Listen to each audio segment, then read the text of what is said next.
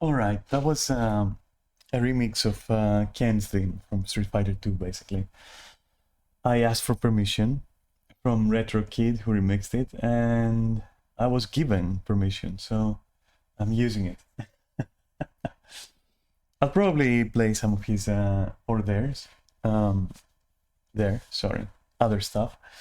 They're pretty interesting, some Donkey Kong mixes there that are pretty damn hype.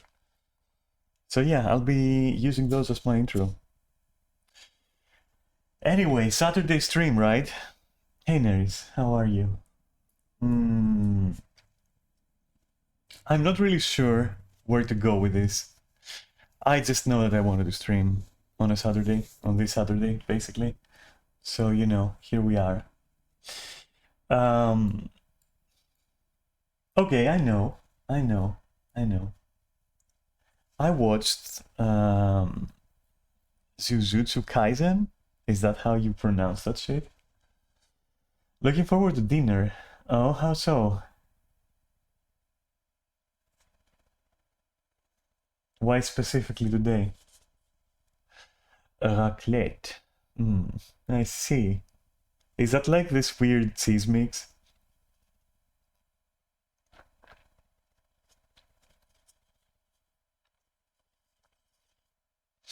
I don't know why I immediately went for a friend R there, but it is what it is. Is it that weird cheese mix? Not the fondue, but like the other thing.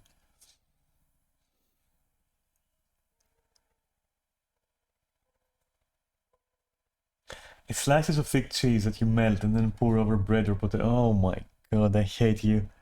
I hate you. No mixes, but otherwise you're correct. I see. I still hate you. I don't know what I'm gonna have for dinner, but it's not gonna be now. It's gonna be in a while, actually. Right, so Jujutsu Kaisen, right? Wait, original version actually melts it directly from the cheese wheel and scrapes. Oh my god. Oh my god, why? Why are you doing this to me? Okay. Yeah. How interesting. And here I am with like an upset stomach because of probably something bad in my breakfast. Probably, believe it or not, probably the coffee, because I haven't had coffee like in a very long time. I had, I think, one last time I streamed, and that was fine. But now that I'm having like another, and it's like, eh. And I'm still drinking it. This is something that you learn. It's something that you learn, that you know, a skill that you acquire if you're Greek. It's like a. It's like once you roll your character and you choose like to be born in Greece, because we all choose, obviously. You learn to withstand like the worst shit and still eat it and complain about it, and you're still eating it and drinking it. You're like, oh my god, this beer is like cat piss, and you just keep drinking. Okay, so yeah, this is what's going on. I mean, we actually have a version of coffee. Can I say that? A kind of coffee. All right. It's the famous Greek fairy coffee. Not that kind of fairy. No, it's a kind of fairy with an E and double R. A fairy coffee, okay? And it's the kind of coffee that you get at at the bar of like ferries when you're like being ferried across from the mainland to an island, let's say. Listen, that is fucking literal dog water. Like what it is basically uh it's basically water and coffee beans, like not even ground properly, and you just mix it like real hard and you hope for the best. You add some sugar in there. It tastes like literal fucking mud. It's like you have better chances of surviving drinking off a puddle on the street when it's rainy day. Okay? And yet people just complain about it and you still drink it because you need your coffee because you're Greek. And you need your fucking 13th cup of coffee in that day.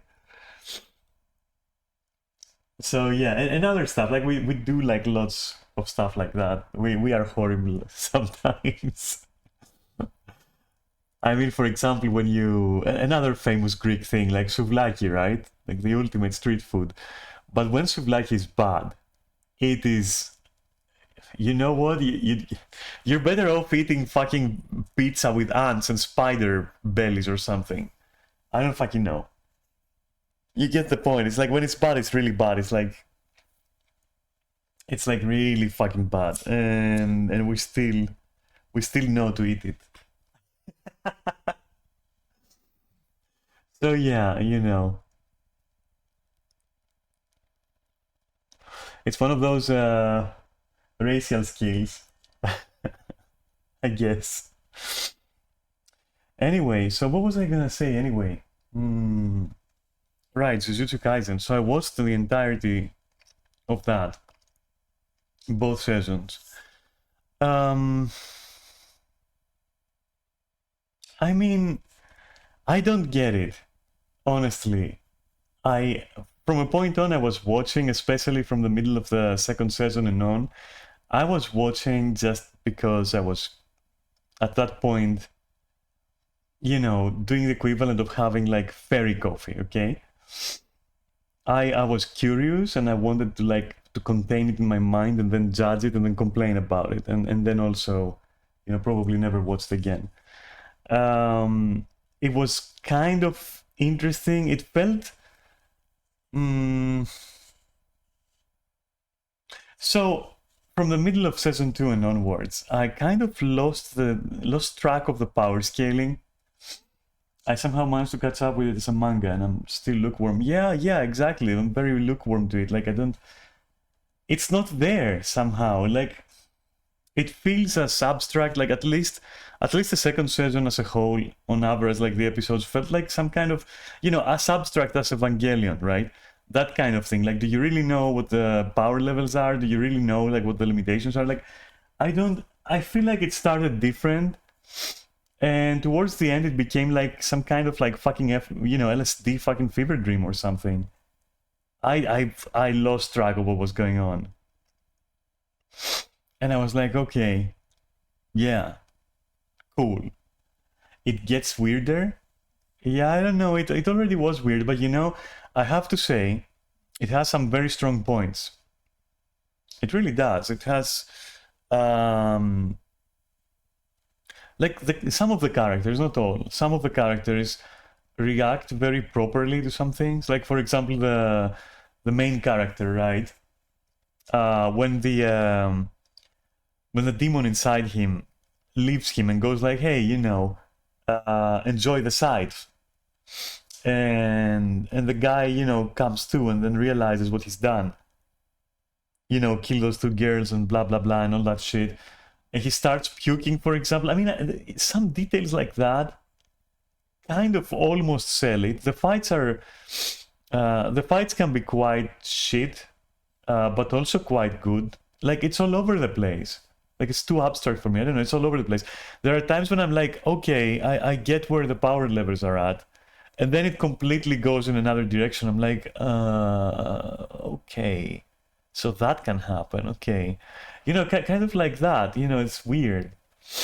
Like the part I really enjoyed was the fight of the main character with the blood manipulating person, like that weird blood mage. That was a good fight. I have no idea why the mage just like at that point my mind was completely like destroyed, and I couldn't understand why the blood guy let the main character leave.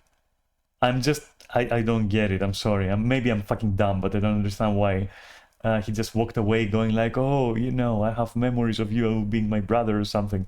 And I'm like, okay, whatever. And then you have, of course, the real main character, probably accidentally, because he realized they're brothers. How did he realize that? Like, so since when?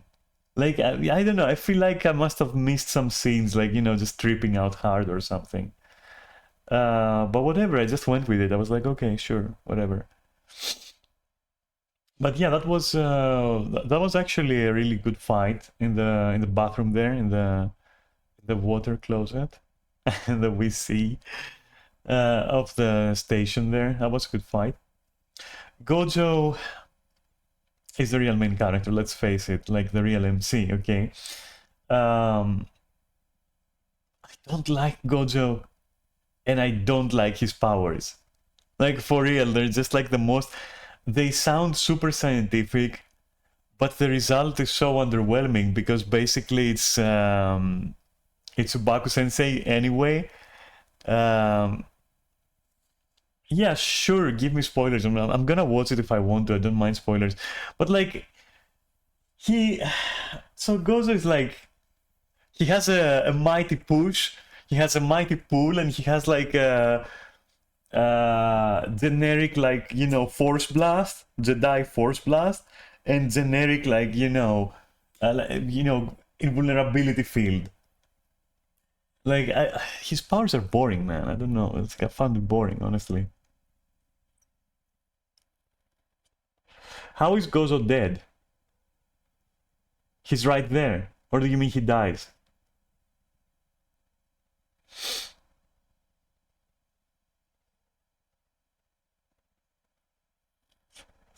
Yeah, whatever. I don't care about him, honestly. I found him to be like a very boring character, I'm not gonna lie. I also found the fact that like his friend went bad. I missed that part, or I was doing something at the moment as well on the side, and I missed the part and the motives, but I think all I remember is him having some existential crisis and going like, why am I doing this? I must not do this anymore. And then like he's evil. And I'm like, okay, yeah, I'll roll with that, sure. He's evil now. Okay, cool, you know. A little bit of an Anakin Skywalker thing right there, you know, he went Vader. But like a little bit over the top, I think. I don't fucking know. I like that the female characters are not helpless. Well, the one with the nails, like, what a boring power. But the one with the nails, I guess, is kind of weak. So, but I don't care because there are enough, like, strong, you know, female cast members, which are, if I may call them that, which are fine. I was like, okay, cool, yeah, I can get behind that.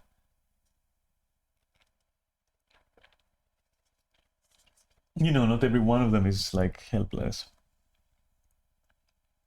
The one without magic. Um,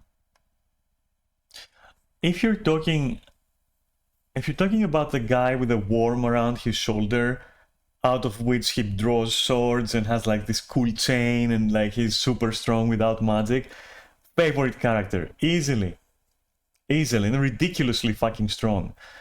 Uh, the female one with glasses. Oof, I don't remember. She becomes a female version of that guy. Awesome. I like that guy. I liked him, honestly. I was sad that he died, and I found it ridiculous that Gozo like cheated that way. I mean, that was so cheap. And then Gozo goes into like this feverish kind of like fever dream kind of state, and I'm like, what the fuck, dude? Like he's tripping so hard. Like I can't fucking relate to anything of this. I don't fucking, you know, I don't know. So all in all, I'd say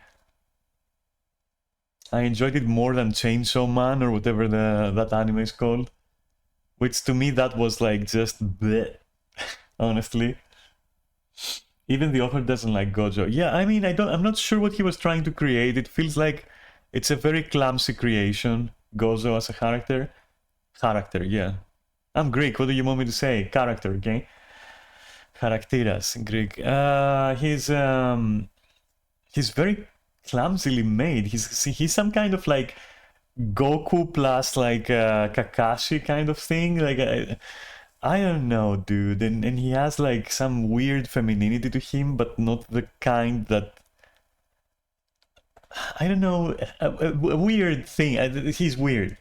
I don't like Gojo, honestly. Not because of the feminine part. I just don't like the character at all. Um, yeah, I don't know what to say. I enjoyed the show, kind of, parts of it. Like that weird story arc with a mini Cthulhu person. I found that so stupid. I thought that was like the stupidest shit I've ever seen. Like out of nowhere, that squid becomes like Cthulhu's, uh, you know, Cthulhu at home or something, and then he takes them into his realm or whatever, and there he's super powerful and casts fish, and attacks them with fish, and bro. I was like, okay, sure, whatever at this point. I don't fucking care. Um, and then I have to say that I liked the old guy, that really old guy who moves in frames. I like that idea. That guy was cool. And I was kind of sad that he got completely obliterated in the end, and also lost his arm from a fish bite. Okay, it wasn't a fish bite. It was more potent than a fish bite. Okay, but yeah, I feel like that guy should have been. I don't know. It felt like when I first saw him, I was like, he should have done more. I don't know. He was interesting. Mary, stop. A fish nibble, a piscine nom. Yeah, yeah, okay. A piscine nom. I love that. So I don't know, dude. It was okay. I don't know why everyone is going crazy about it. I mean, I can't wait. These guys who make parodies of Dragon Ball, and they make like the sound effects with like noises from their mouths. They go like choo foo foo zoop shaf, that kind of thing, and they're completely like shit cosplay stuff, with minimum effort. I can't wait for these guys to have a go at fucking Zuzu Kaisen. Zuzu? At Zuzu, yeah, at Zuzu Kaisen, yes. Um, I can't wait for that. I'm ready. My body's ready for that, for real. Um, but yeah, at the same time, I mean, it wasn't horrible. It was okay. Tutu, yeah, Zuzu Kaisen. I don't know. It's a stupid title. It's a stupid anime. I'm sorry. It's kind of okay to watch. I'll never watch it again. Too bad. Yeah, yeah. I don't know why everyone is going so crazy about that shit. On the other end of things, I watched two other anime, which I really enjoyed in the end, and I owe that to Kaori, who abducted me into watching that shit. And one of them was I forget the names. Like I really forget the names. It's one where there is like this dragon, and she becomes a dragon maid.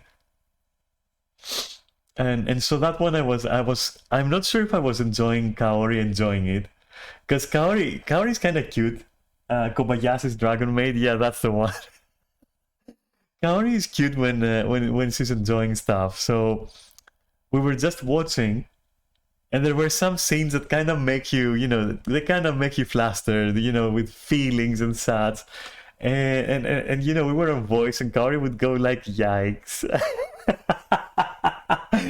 which is like a super cute reaction to everything that Kaori has. Like sometimes it can be a bad yikes, but sometimes it can be a yikes out of getting flustered. So I was kind of like waiting for those yikes, and they were coming in hot. So I kind of enjoyed that.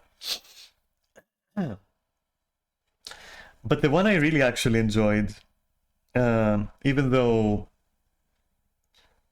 like I didn't, some of the stuff I don't understand because I'm dumb as fuck. But even so, I enjoyed it like a lot, and that was Dr. Stone. Dr. Stone is good shit, honestly. I mean, it can get over the top and silly because anime. But for the most part, once you start looking past the weird art style, because it is very weird, honestly, it's kind of creepy actually to me. It's actually very, very good. I fucking liked it. I fucking liked it. I don't know, and not because like I like to pretend I'm intellectual or something. I just genuinely enjoyed it. I enjoy like the, you know, the motivation of the character. Katya had suggested that to me a long while ago, and I was like, nah, I'm not watching that Katya. It sounds like shit. Dr. Stone, what the fuck, you know. But yeah, then Kaori said like, you know, we should try it as well. We should watch some episodes of Dragon Maid and then let's switch to Dr. Stone and see if you like that. And I liked it. I'm actually watching it, you know, I'm paying attention. It is very rare for me to pay attention to anime, honestly. So yeah, that was cool. That was really cool. I like that. It's a fresh kind of story, to be honest. Though I'm pretty sure it's gonna drag. I'm pretty fucking sure it's going to drag. Because for how long are you gonna be pulling this out, you know? You can't. This is something that should have lasted like maybe 3 seasons, maybe 4. And I'm sure there's like 7 seasons or something. Frieren? What the fuck is that? Frieren? Frieren? Kylo Ren? I don't know what that is.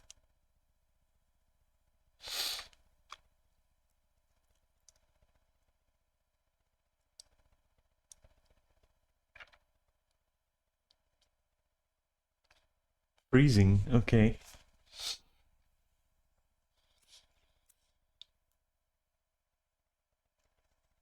I see, I've never heard of it. It's about an elf that tries to understand humans after finishing their epic journey. I see. Could be good, could be bad. I watched Goblin Slayer season 2. Or like, I don't know if it was season 2, it was something after the first season anyway, so much shit. Like, Goblin Slayer just, I don't know, I kind of liked it when it launched. Because of course I didn't read it, I don't read manga at all, ever. So I just watch whatever it is I'm gonna watch. And yeah, I don't know, it dropped interest like so hard. Basically what happens in a D&D campaign long after it happened. Yeah, I think I know what you're talking about, where everyone is old, but the elf isn't because it's an elf, duh. So yeah. Is it that? It's probably that.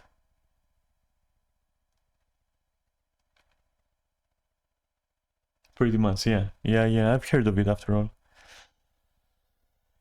Don't know if I'll watch that one. It sounds a little bit depressing in some ways, and without trying to sound cynical, it's like, do I trust an anime to explore like the complex intricacies of the human psychology? I'm not quite sure. Through the eyes of an elf, I'm not quite sure I trust anime to do that. I'm sorry. It's just not the medium to do that. But it might be good. Who the fuck knows?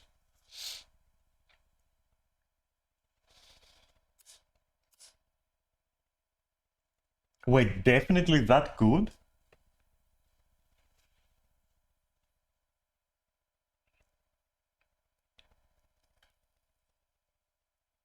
Not that good. Okay. Kind of chill and melancholic. Listen, lately I have enough melancholy in my life as it is. I don't need more. I am a melancholic person. It's the other side of the same coin with being romantic, for example. You know, being a romantic, not being romantic. Um, you get to get melancholic at times, and it's annoying as fuck to me. But whatever. What? On the opposite of spectrum, I've been watching Undead Unluck. What the fuck is that?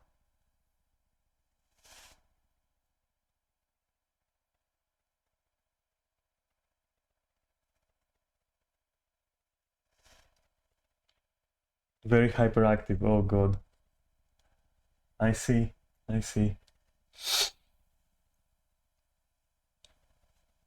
Did you see what happened with like that guy? I don't know if I mentioned it.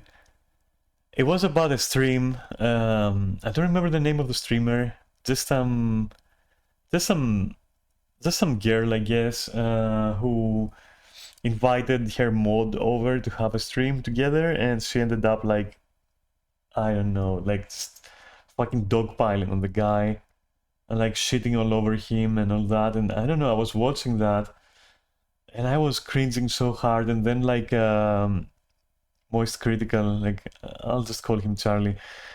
Charlie actually covered that, and not only did he cover it, but after a bit he interviewed the guy, right?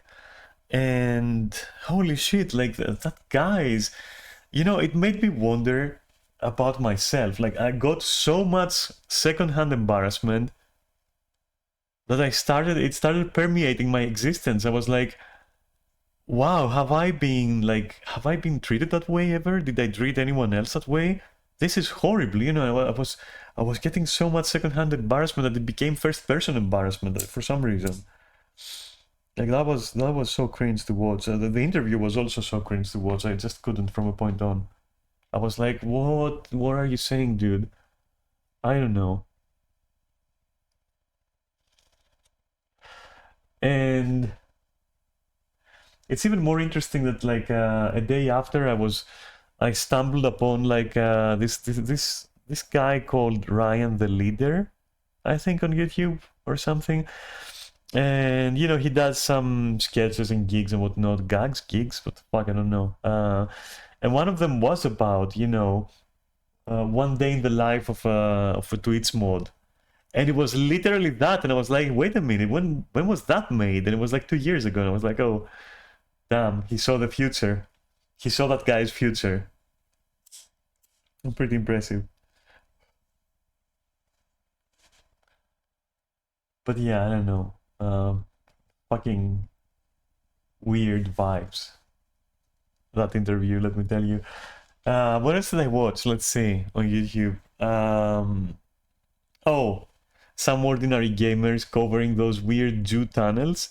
Like what the fuck is that about? Why why were there I mean, have you like seen that? So weird. I was like, of all the things he's covered, that has to be among the weirdest shit.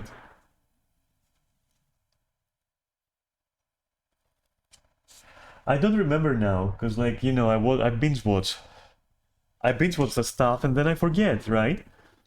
Because it's too much information to keep in your head. You just want to watch it while you're having breakfast or something. You don't want to really remember it forever. But what I remember is like in some part of some city somewhere anyway in the US, I guess. Um, there were, a certain what do you call that? I don't even know. I'm not familiar with the terms. Like a Jewish like synagogue. I don't fucking know. Excuse me. All right. Apparently they had dug like an extensive tunnel or tunnel network at this point. I'm not even sure anymore. But no one knows why. Like why did they do that? Who knows? But yeah, all supernatural bullshit and rumors aside, you know, what the fuck? What the actual fuck? Why are you digging tunnels under there? Like, what is going on, my friend? What the fuck?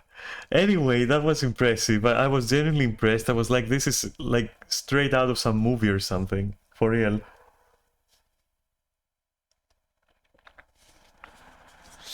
I don't think it was mentioned why they were doing it. I think all that was mentioned was that, sorry for the sounds, was that like they had to fill it in, to fill it up, sorry, and to like, to plug the holes, okay? That's the point of it. So that was pretty impressive. I was impressed, honestly. I was expecting more. I was expecting like maybe there are monsters there. Maybe they were trying to seal some ultimate evil or something. I don't fucking know what they were doing, but that was a cool story. Stuff like that makes reality interesting, I'd say, even though it's pretty crazy shit. Makes things a little bit more exotic. Like that other thing that some ordinary gamers covered. I think it was in Vegas, where people started, alleging that there was a mass, not mass, but like a mass alien sighting, right? and that the news covered it up by saying it was like some kind of small scale riot or something, but people were convinced that the cops were containing an incident involving Isle Mouse. Pretty cool. Well, turns out it was just teenagers just running around yelling or whatnot. But yeah, interesting shit. All of that. What else? So yeah, having talked about all that, I also stumbled upon like a more serious, I guess, or serious looking video, which was about the current generation that is like from 18 to 20 something, where they've become doomers completely. And that was interesting. Like, it's something I've observed without knowing what it is. If you're playing Final Fantasy, you get to mingle a lot with like younger ages, like 20ish, 22ish, maybe even a bit older, I guess. And like the general like how can I say this? The taste that has left in my mouth is that there's lots of fucking unrestrained nihilism, right? Unrestrained nihilism and defeatism and I don't know, people like, it feels like things are kind of falling apart for these guys. I'm not gonna lie. Like, most of them that I meet are barely able to hold conversation or put together a sentence. They are consumed, literally fucking consumed by anime. They are, I don't know, they have no purpose. They're just, this is like fucking, slogging along. If that's the word. I don't know. Like, so much fucking defeatism. Like, oh, life sucks, like this and that. Like, as if they're like hyper emos, or like emos that are way too serious, like existential emos or something. I don't know. And it's something that's been bugging me. And another thing that bugs me about this whole generation is like how they are so fucking thirsty for any kind of contact, but they can't maintain it because they're pretty much broken at this point. It's weird. It's something you've always hated about the sentiment in general. What sentiment are you talking about, though? Just to be sure that we're on the same page, sorry.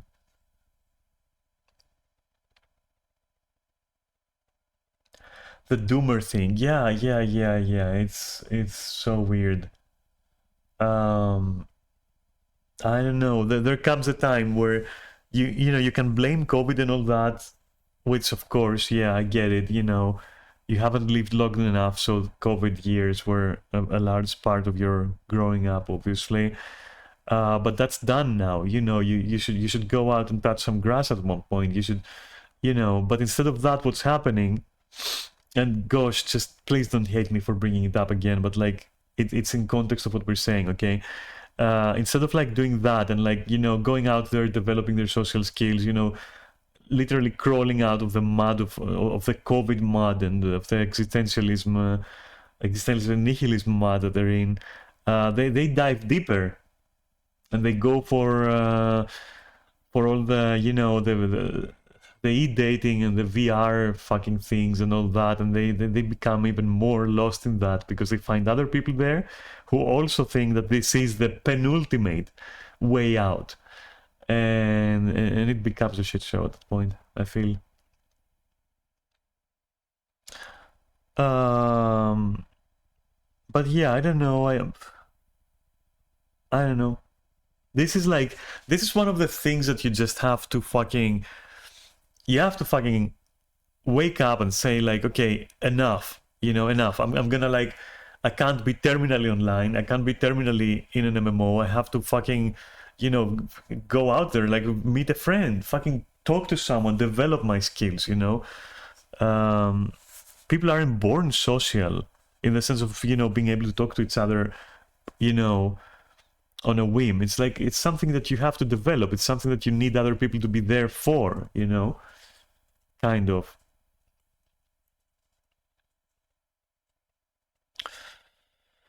But yeah, it is what it is, I guess. They're either gonna get over it or they're not, and they're gonna be very miserable and lonely. That's it. With the occasional for piscine gnomes, yeah, you go for that. Enjoy that cheese, okay? Have some for me. I hate you. I'm very jealous. All I have is coffee right now. But anyway, yeah. So weird. Like, I mean, my generation as well had um, its fair share of those, you know, of nihilism and of you know, isolation and all that. Of course, we did. I mean, I was pretty isolated, to be honest. I was a recluse. But again, there comes a time when you're like, I can't take that anymore. I don't give a fuck anymore about my, you know, the things that I perceive about me, which are weaknesses in my mind. I can't care about them. I have to push, you know, and you clumsily kind of do. You clumsily kind of, you know, break out of that shell, and you're like, okay, yeah, at least, you know, maybe I suck. But at least I'm out there, and at least, you know, I got like a few buddies, and, you know, maybe we can um maybe we can like walk all this alongside each other, not alone, you know. That is not happening, I feel, anymore. But anyway,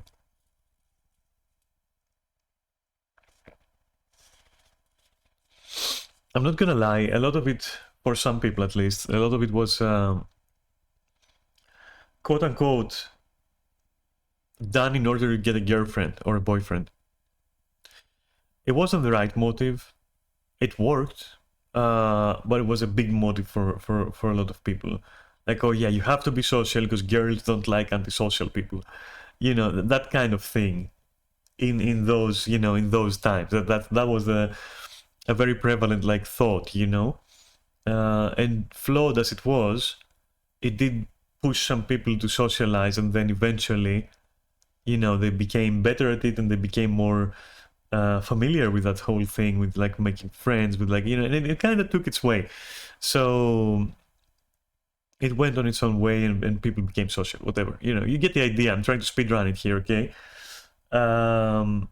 Right now, though, there is no such need, because you can pretty much, you know, there is ePal, there is like e-girls, there is like OnlyFans, there's VR, there is Discord, there's like, dude, you don't even need to go out anymore, almost.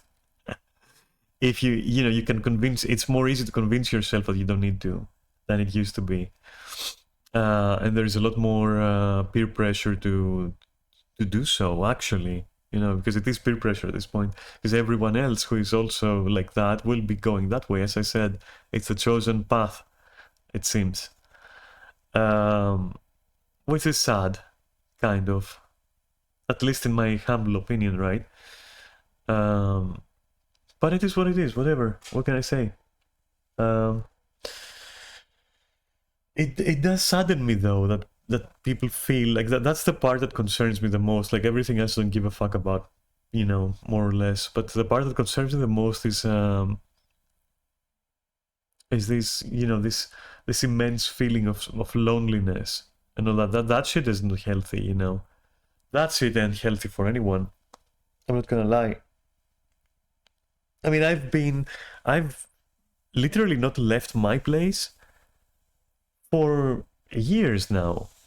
Well, accepting going out for coffee, or uh, chores, bills, this, maybe a ride with my dad, with my father, uh, you know, stuff like that. But beyond that, I mean, I do have been quite, I guess, isolated.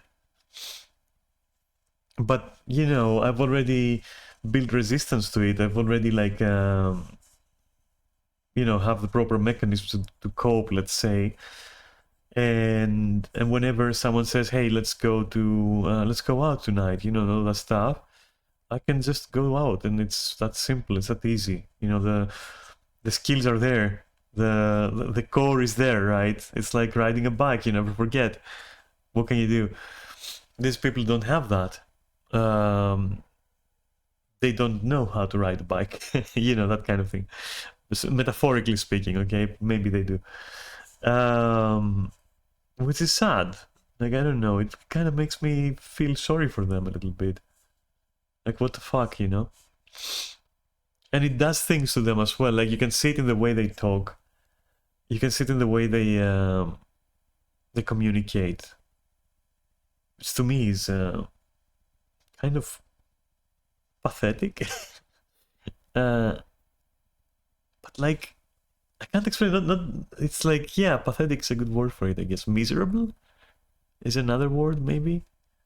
Where like they can't fucking, they have nothing to talk about unless it's anime, I guess, or games. And after that, there's nothing. Like, this, just that. I don't know. It's kind of sad to me, at least. I hope this generation recovers. And the thing is, it's in their hands, because it's something that you have to do on a personal level. You just have to fucking decide to just, I don't fucking know, man. Just be out there, expose yourself to society, and to your peers, and other people, obviously. And, figure shit out. Because the truth is not gonna be found in some anime or anything. So yeah. The truth, wow. The necessary things that you will need. Wow, the necessary things. Listen, I'm trying, okay? Like, the things you need to pick up on are out there. They're not, in VR chat. That's for sure. But yeah, it also, I think, my opinion about my opinion about transgenderism. Is that a word? And all that shit. I call it shit very quaintly, because me being a transgender anyway. But yeah, the misconceptions and misappropriations and the confusion and the, I don't know, dude. It doesn't make things easier, that's for sure. And I don't want to, like, I'm trying to dodge going back into that. I'm really trying to dodge that really hard, because I don't I don't want to talk about that again. And it's making me sound like a moron, but yeah, let's just change the subject and move it elsewhere. Yeah, unless you would for some reason want me to rant about all that shit.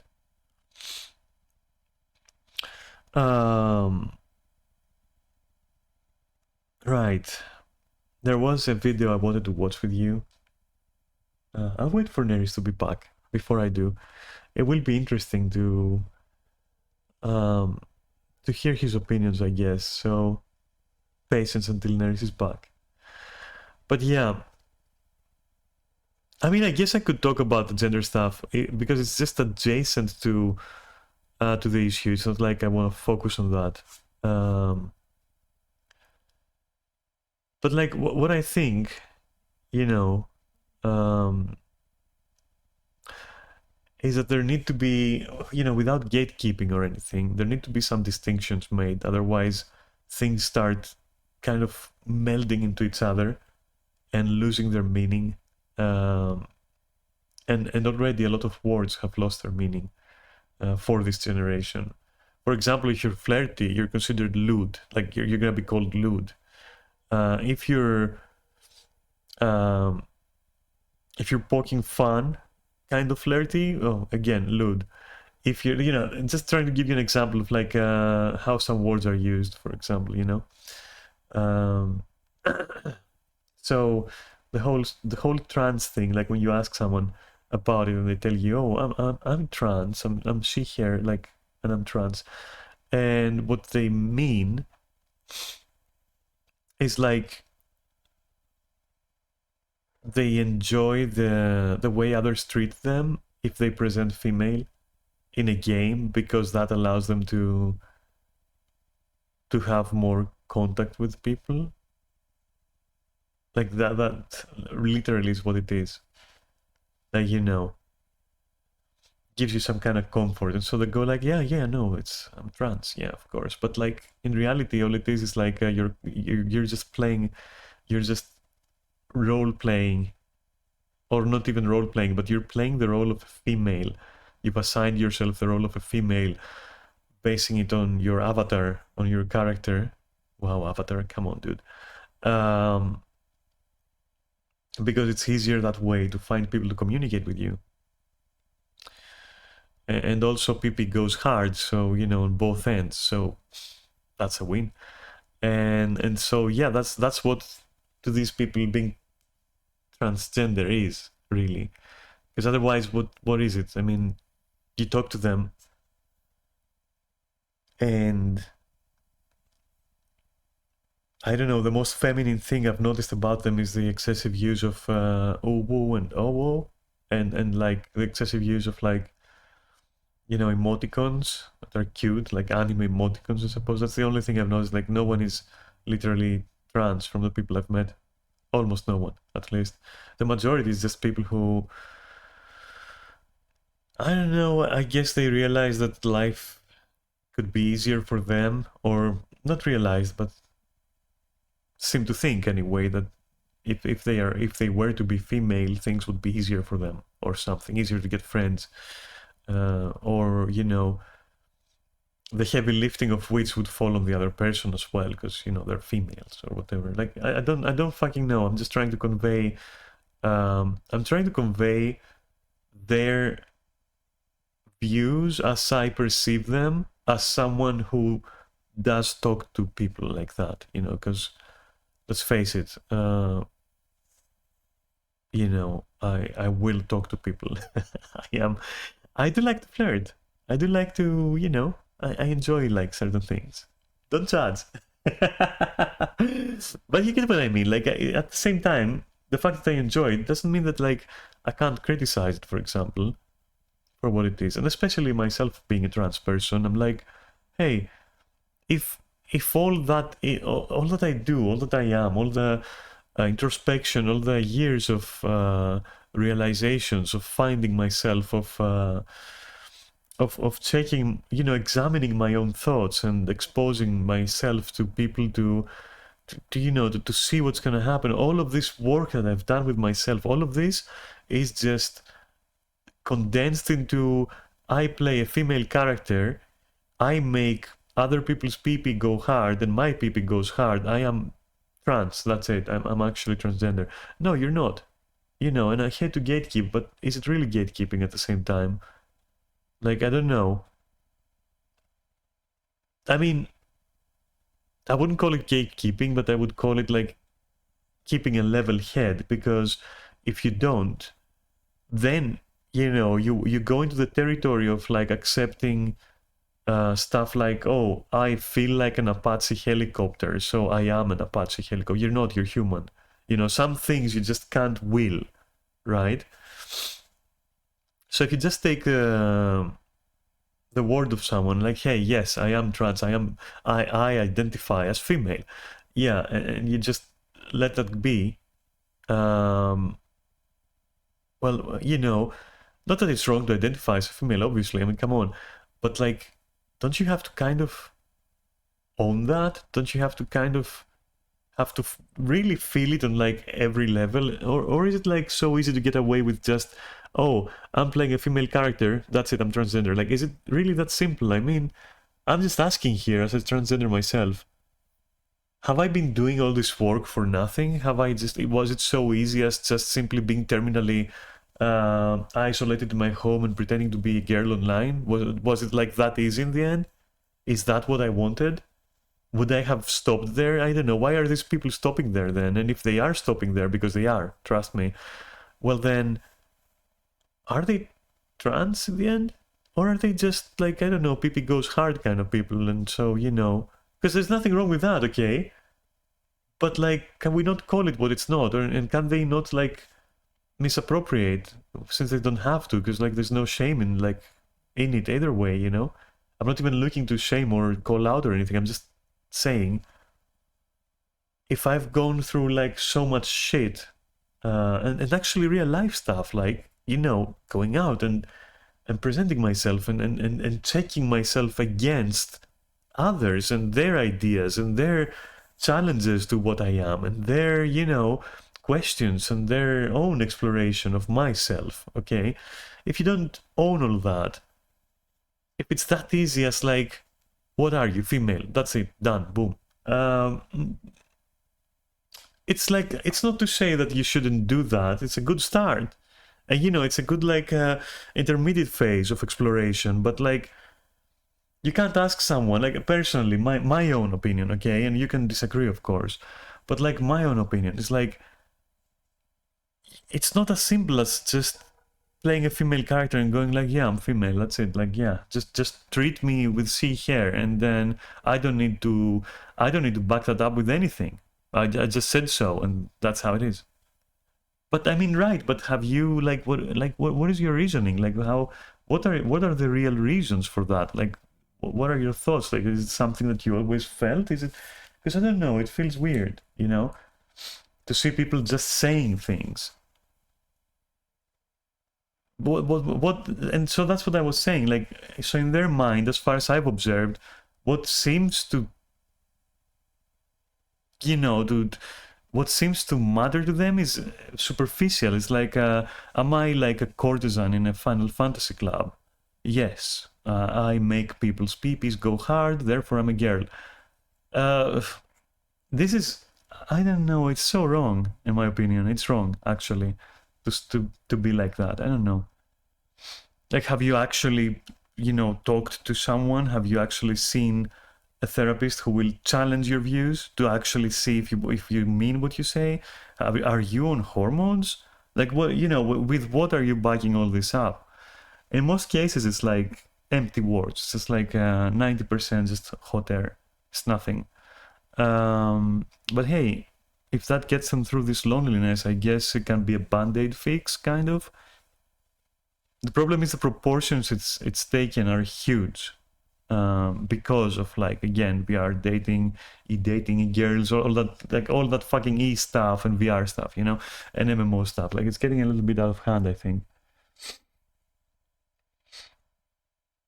I guess if we were just consciousness uploaded somewhere and we didn't need a body at that point, and we didn't need anything, not even society or not even each other, that, in the long run, then I guess it wouldn't matter. But like, that's at this point science fiction, and in reality, like, don't you want to be like your own separate self?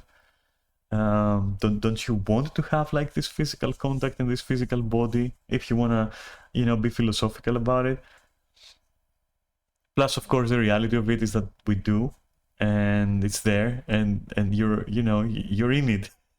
You're driving this thing, take it out for a ride or something. See if what you're saying is like is actually accurate about yourself, So I'm not sure I would say it's gatekeeping, or it's like, I did it that way, so you should do it that way. It's not like that. It's like, you're going, it's like they're the ones going on the direct opposite direction, where things start to lose meaning, meanings start blending in with each other. Just like the example I said, where, you will use the word lewd for like a fucking billion things, right? More like Greeks use malakas, right? Dude. And it can have like a billion different meanings. Like, come on, at this point, dude, you can't, this shit is a little bit more important than saying malakas, you know? It's like, it's your gender, dude. It's like something that is important to you and to others, and how they perceive you and how you perceive yourself. Like, you can't just say, I rolled cat girl, you know, therefore I'm now like a queen. Like, it's not like, I'm not so sure about all this, is what I'm saying, you know? I don't mean to bring people down, but like, yeah.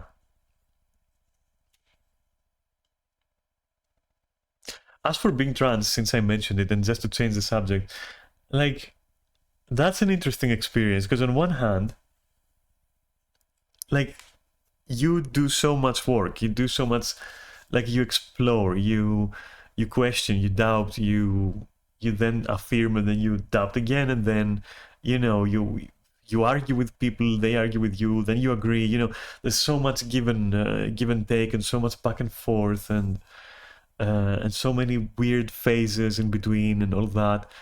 And what happens in the end is, like, you go through all that, you become, in my opinion, a more complete person, all right, and you become more validated, and you become more self-aware and all that, which is a big W, okay?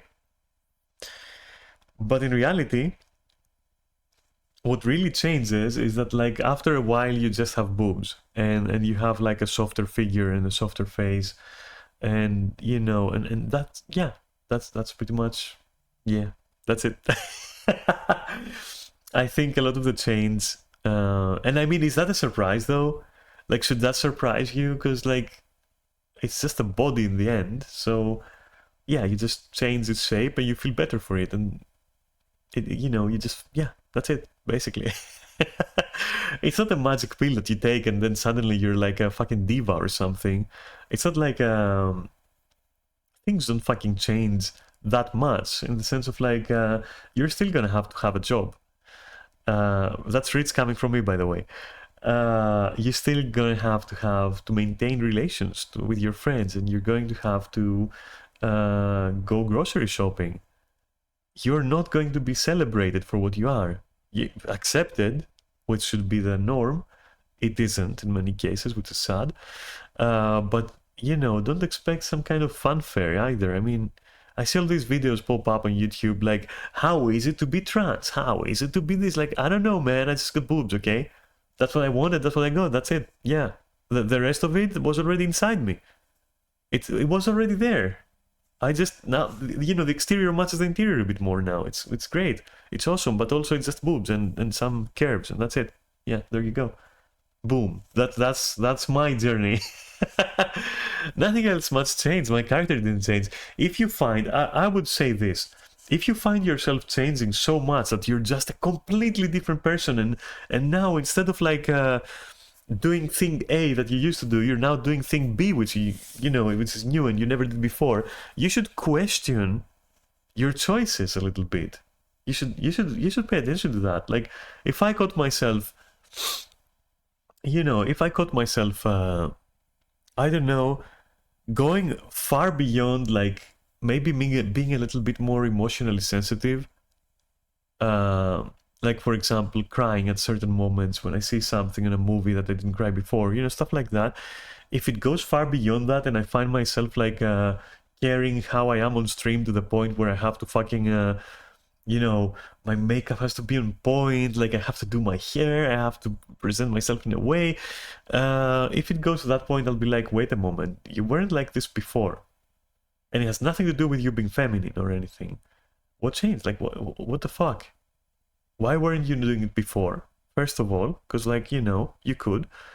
And why are you doing it now? Like, you know, I would question that. Because really, all that HRT does, right, all it does is bring your exterior closer to how you feel inside.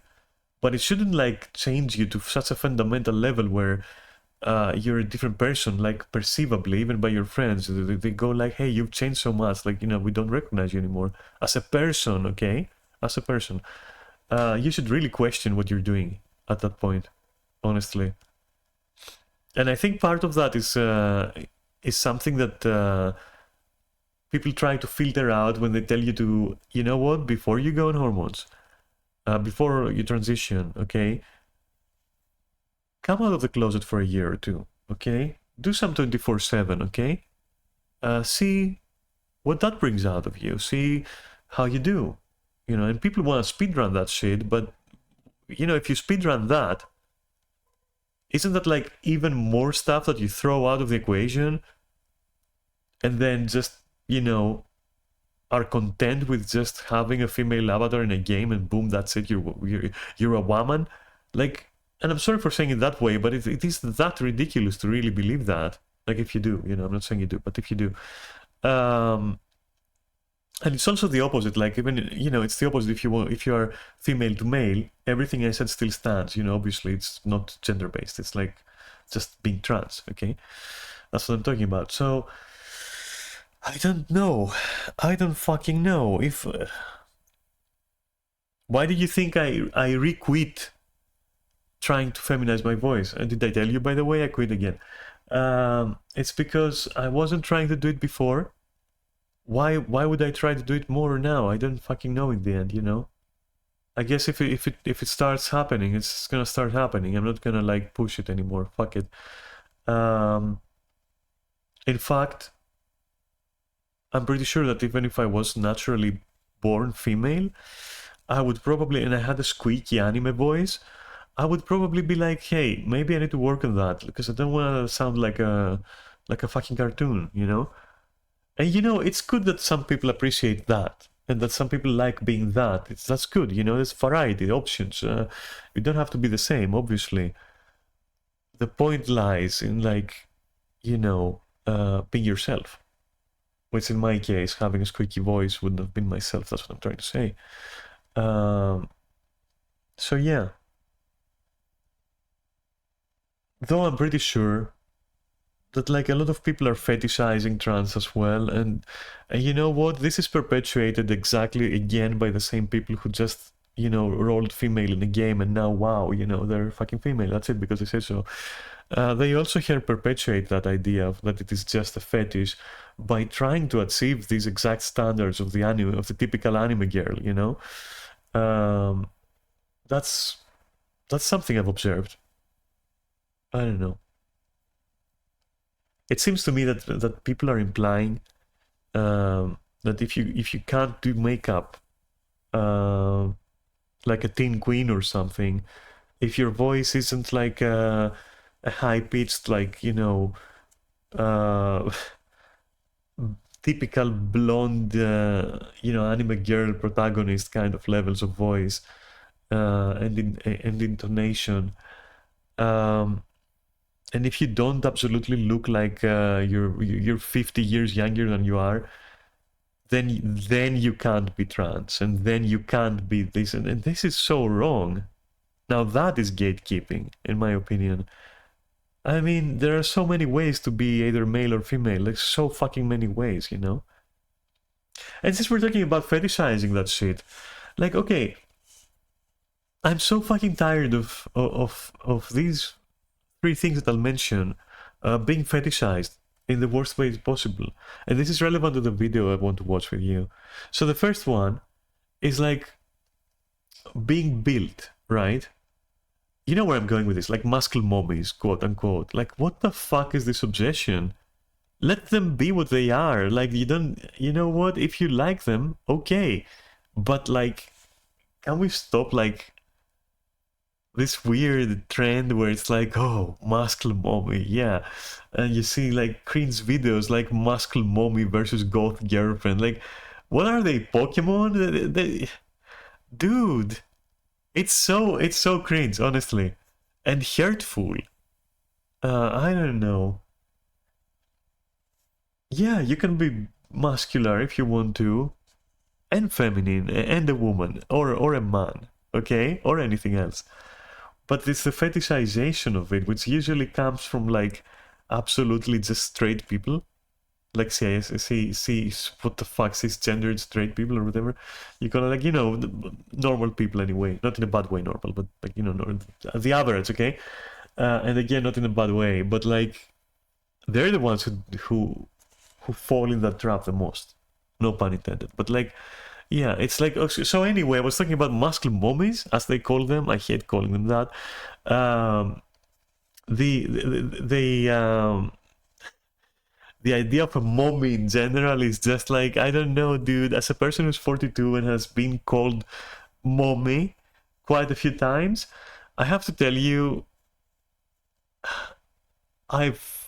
there's one exception from one person that I've allowed them to continue calling me that.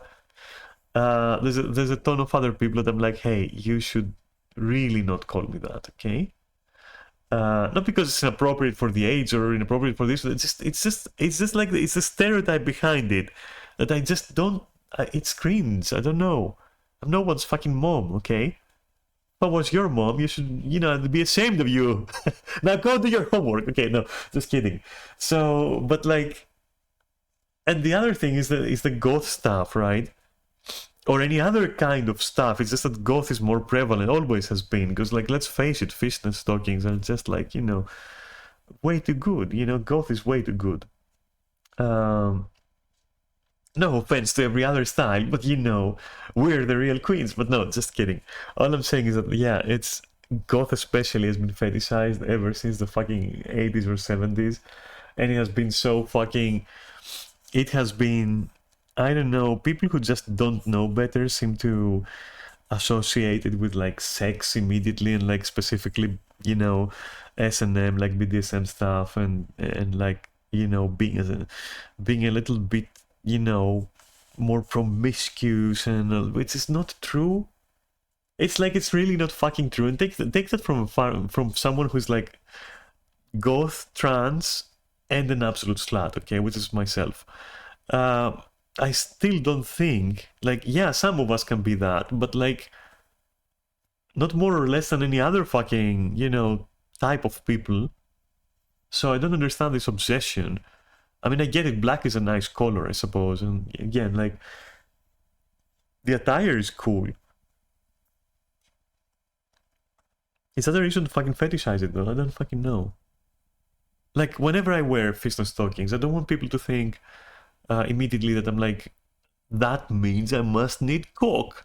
Like, listen, yeah, I do need coke, but it has nothing. Like, I was that before I put on the stockings. Listen, you get what I'm saying. I have to joke about it a little bit because the conversation is getting too serious. I just have to joke about it a little bit, okay? But you get what I'm saying. And then, you know what? There's also a fourth thing, and that fourth thing is being trans itself, which is also heavily fucking fetishized. Perhaps more than goth at this point, more than muscle mummies and more than fucking anything else. Like and more than mummies, it's like, I don't know, it kind of like took a very wrong turn at some point. And acceptance turned into lust or something. Like, what the fuck? And not the good kind of lust either. It's the kind of lust that, like, oh yeah, get me a good, like, a good looking femboy, rip apart. Like, bro, it's disgusting. Listen, it's I don't know, it's a gender. It's like, it's a state of being. Okay, why didn't you focus on what the person is like? Why didn't you focus on that? A combination of, like, what kind of person they are and how attractive they are to you, regardless of their gender, okay? And you also have to take in mind their sexuality, because, your average moron immediately thinks like, oh, John became Jane, to put it like in heavy quotation marks, okay? Heavy quotation marks, like just trying to give you the point of view of someone who's a complete moron, okay? Because they must like coke. No, it's not necessarily that way. Maybe they don't like coke because gender and sexuality aren't tied, okay? So again, this whole thing is such a fucking fetish fantasy. It's turned into a fetish fantasy, I mean, and it's insulting, honestly, and very shallow, and honestly just disappointing. And it's also mixed with acceptance, which it is not acceptance. I'm sorry, it's just not acceptance. And then again, cycle all this back into and weave it into what I said earlier, which is basically you know, some people who want to be called trans, I'll put it that way, perpetuate this by being exactly this, by meeting these standards and being that way, so that they can have what they think is acceptance. Okay, so as I said, everything is fucking relevant in this conversation. Everything I said kind of turns into itself and creates a very nasty fucking you know, like a turning, like a hair, like hair that has turned in, like that's how disgusting this is, and that's how fucking intertwined this is. It burrows deep and then it festers, and then it sucks to deal with. But anyway, yeah, so that's, you know, as I said, I didn't go on and on again about you know, the whole courtesan slash VR chat slash whatever thing. I just wanted to bring up like some things that were adjacent to it, and I did. And again, like, yeah, sure, if you want to be super cynical, you can say, okay, that's gatekeeping. Just because you went through all that shit doesn't mean everyone else should. Yeah, to a point, you may be right to a point, but I think I'm more right than wrong in what I'm saying. And again, I'm just questioning it. Maybe someone will tell me no, because here is something you didn't think about, and blah blah. But like, so far in all the conversations I've had about it, I haven't found anyone who managed to like make a good statement about all this, like a good counter statement. Because most people are content with just saying, yeah, I'm female, dude, let's fucking jerk off to each other, and that yeah, can we also be, you know, partners? And then also, that's it, I'm a girl now. Like, I think it also ties into the reason why a lot of people immediately enforce on me the role of male. If, you know, whenever I've tried to find a partner, or, you know, try to find a partner, come on, dude. Whenever I've met someone with whom I could potentially be partners, there you go, and it gets to that point, then most of the time I'm automatically assigned genitalia, okay, and I'm automatically assigned a role, and that's it. Because these people think that, like, what, I will abandon them otherwise, or that, like, that's what's accepted, or that's what I really want. Like, I don't fucking know, dude. Yeah. It reminds me of that, like, ERP encounter I had a month ago, where it was like, you know, with that very clumsy person who was like, you got a cock or a pussy? And I'm like, I'm trans, dude. Like, I've told you, you know. And besides, you know, what the fuck do you need, you know, that information for? Just take it a bit easier, you know, just, you know. But if you want to know, and the guy was like, yeah, tell me, I need to know what I'm working with. And I'm like, sure, I got a cock, okay. And the guy was like, okay, then I take your big hairy balls into my mouth. I'm like, no, just no, nope. There ain't no hair down there, and they ain't big. And please leave my balls alone. Leave them out of this. I don't like them, okay? Just leave them out of that, okay? But no, she, or in this case he, because yeah, as I had explained back then when I first mentioned it, there was nothing feminine about that person. They just assigned themselves this role, and they assigned me a role, and they just went on just to get their fucking shit off, okay? Just to wrap their junk and be done with it, I guess, for the night. They didn't give a fuck about, you know, my own sensitivities or my own wants. It was so hilarious, and at the same time so problematic. And what it implies is also highly fucking problematic and sad. And so, you know, even if you disagree with me, I don't think that you can disagree with me on a fundamental level. You might disagree on some of the details, or some of the phrasing, or a view here and a view there. But you must, I would assume, you must understand what I'm talking about, and you must have observed it, and you know that it's a true issue, I would say. And that I'm not actually gatekeeping in any way. I'm just like questioning the validity of people's words, especially when compared to their choices and actions and the motives behind them. So, yeah, I don't know.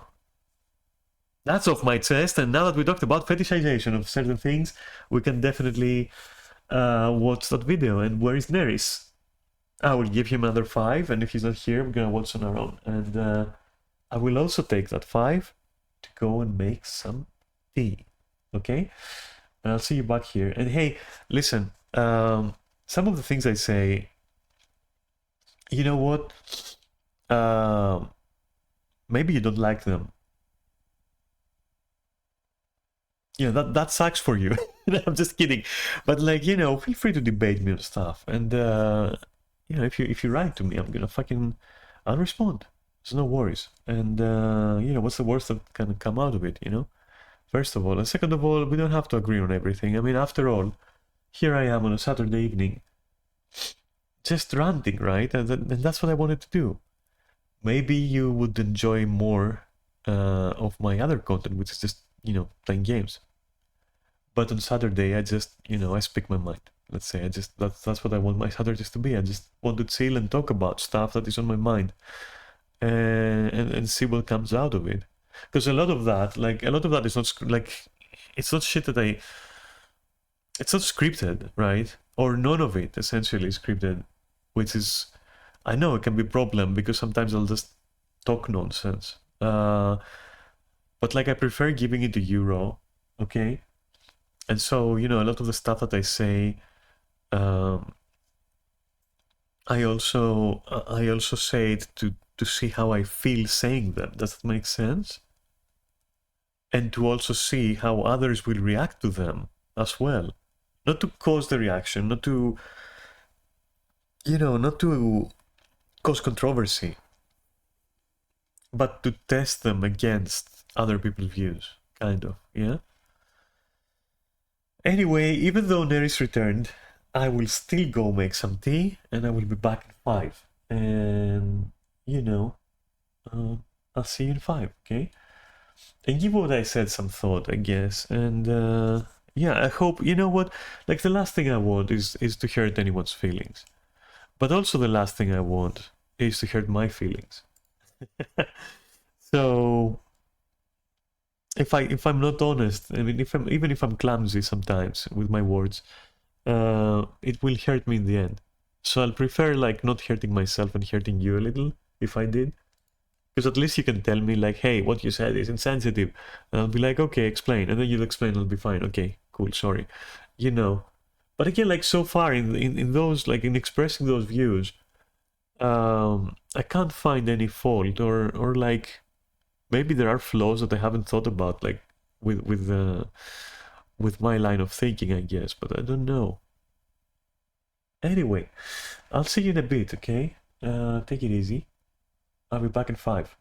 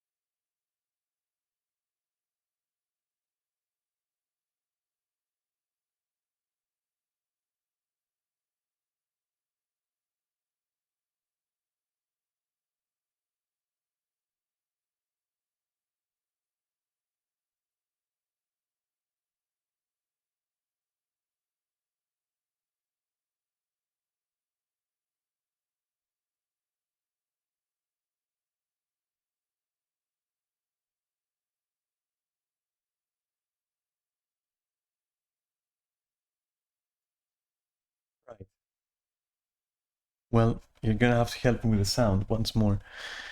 Where's my mouse pointer? All right, so, oh, that's what we were listening to, by the way. So anyway, let's watch this, right? Shall we? Wait, let me try to.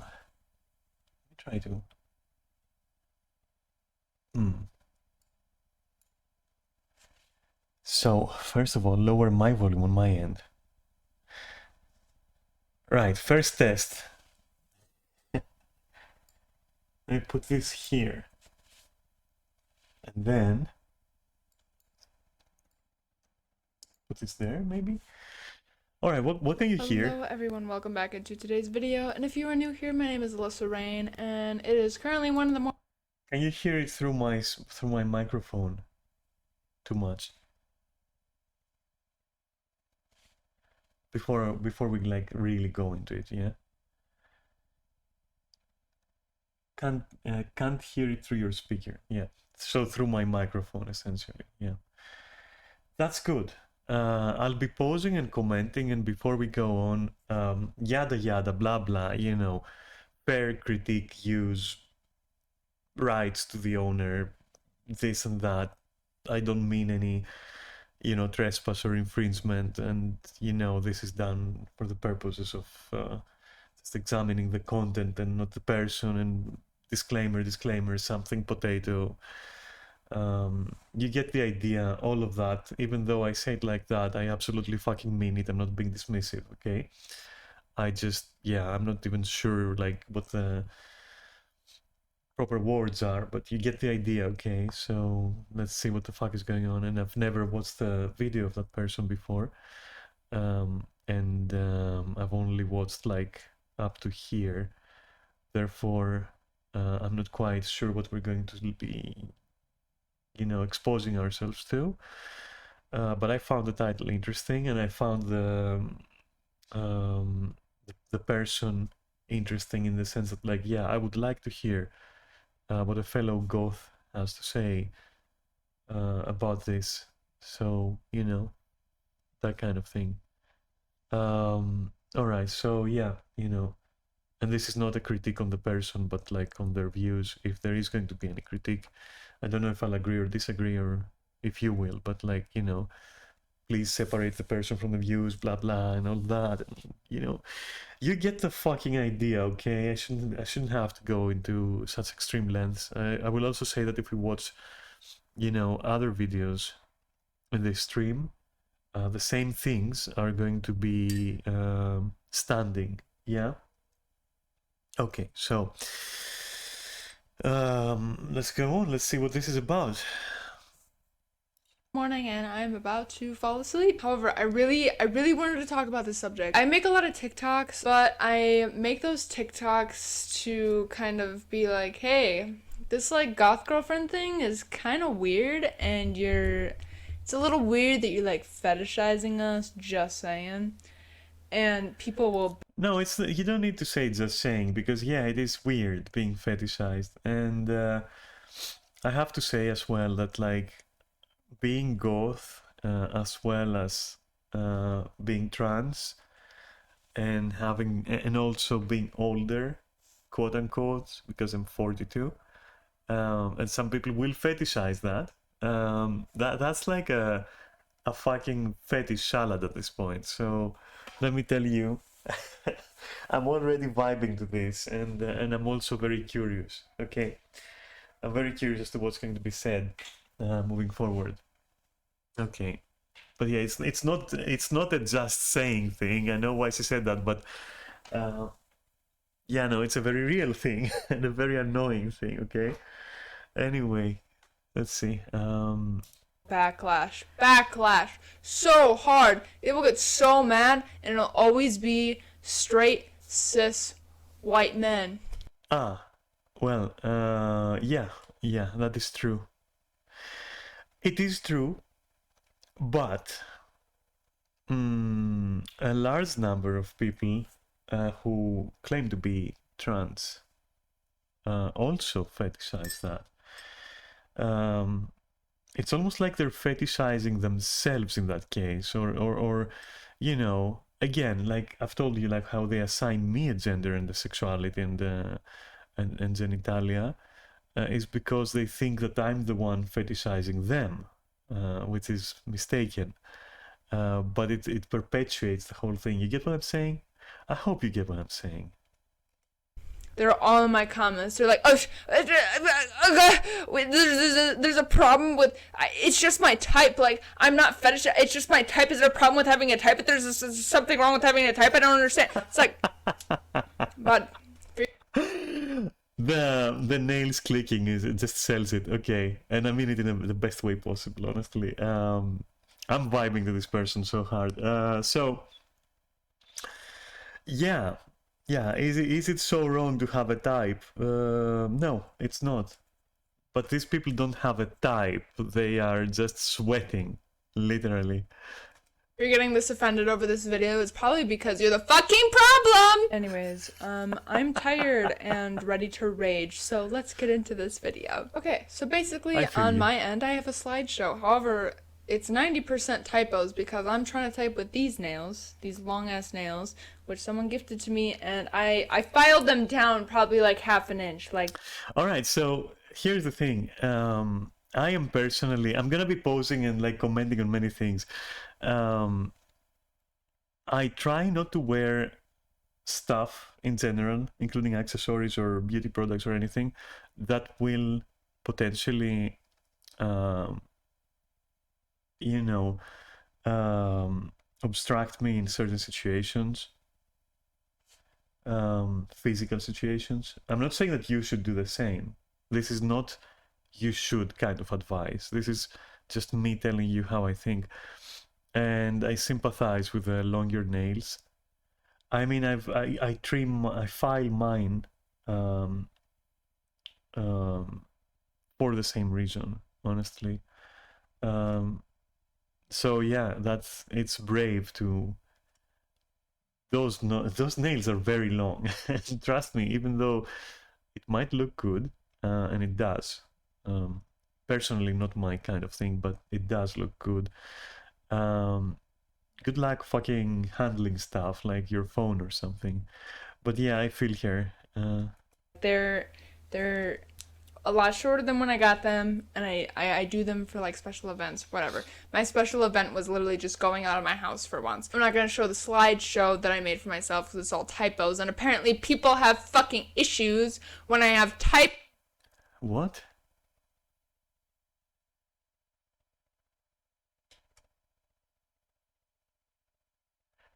Wow, what kind of comments are these? The last thing we need is outsiders. Like, what do you mean outsiders? Oh my god. It's spelled cancel. Goths pride themselves in being well read and educated. We do? I don't fucking know. I consider myself, I don't know, dude. I consider myself dumb as fuck. So check your spelling before making a video. It makes the rest of the subculture look ignorant. No, you're ignorant on your own. You manage that on your own. Sorry. It's cancel, not cankle. Way to make the rest of us girls look ignorant. Save the garbage for the normies. Indigo Raven saith, how embarrassing. Save that garbage for the normies. Oh my god, the only embarrassment is this comment. Jesus. Typos, like it's the end of the fucking world. Anyway, let's get into it. There is a big difference between having a type and fetishizing someone. So basically what a type is like a preference to certain qualities. Like you might like someone who's blonde, or maybe you just tend to go after gamers, or like, you know, you just kind of have a type, but it's not like your main focus. Like you're not like, oh, you're not blonde, so I'm not gonna date you. Like fuck you. Like what?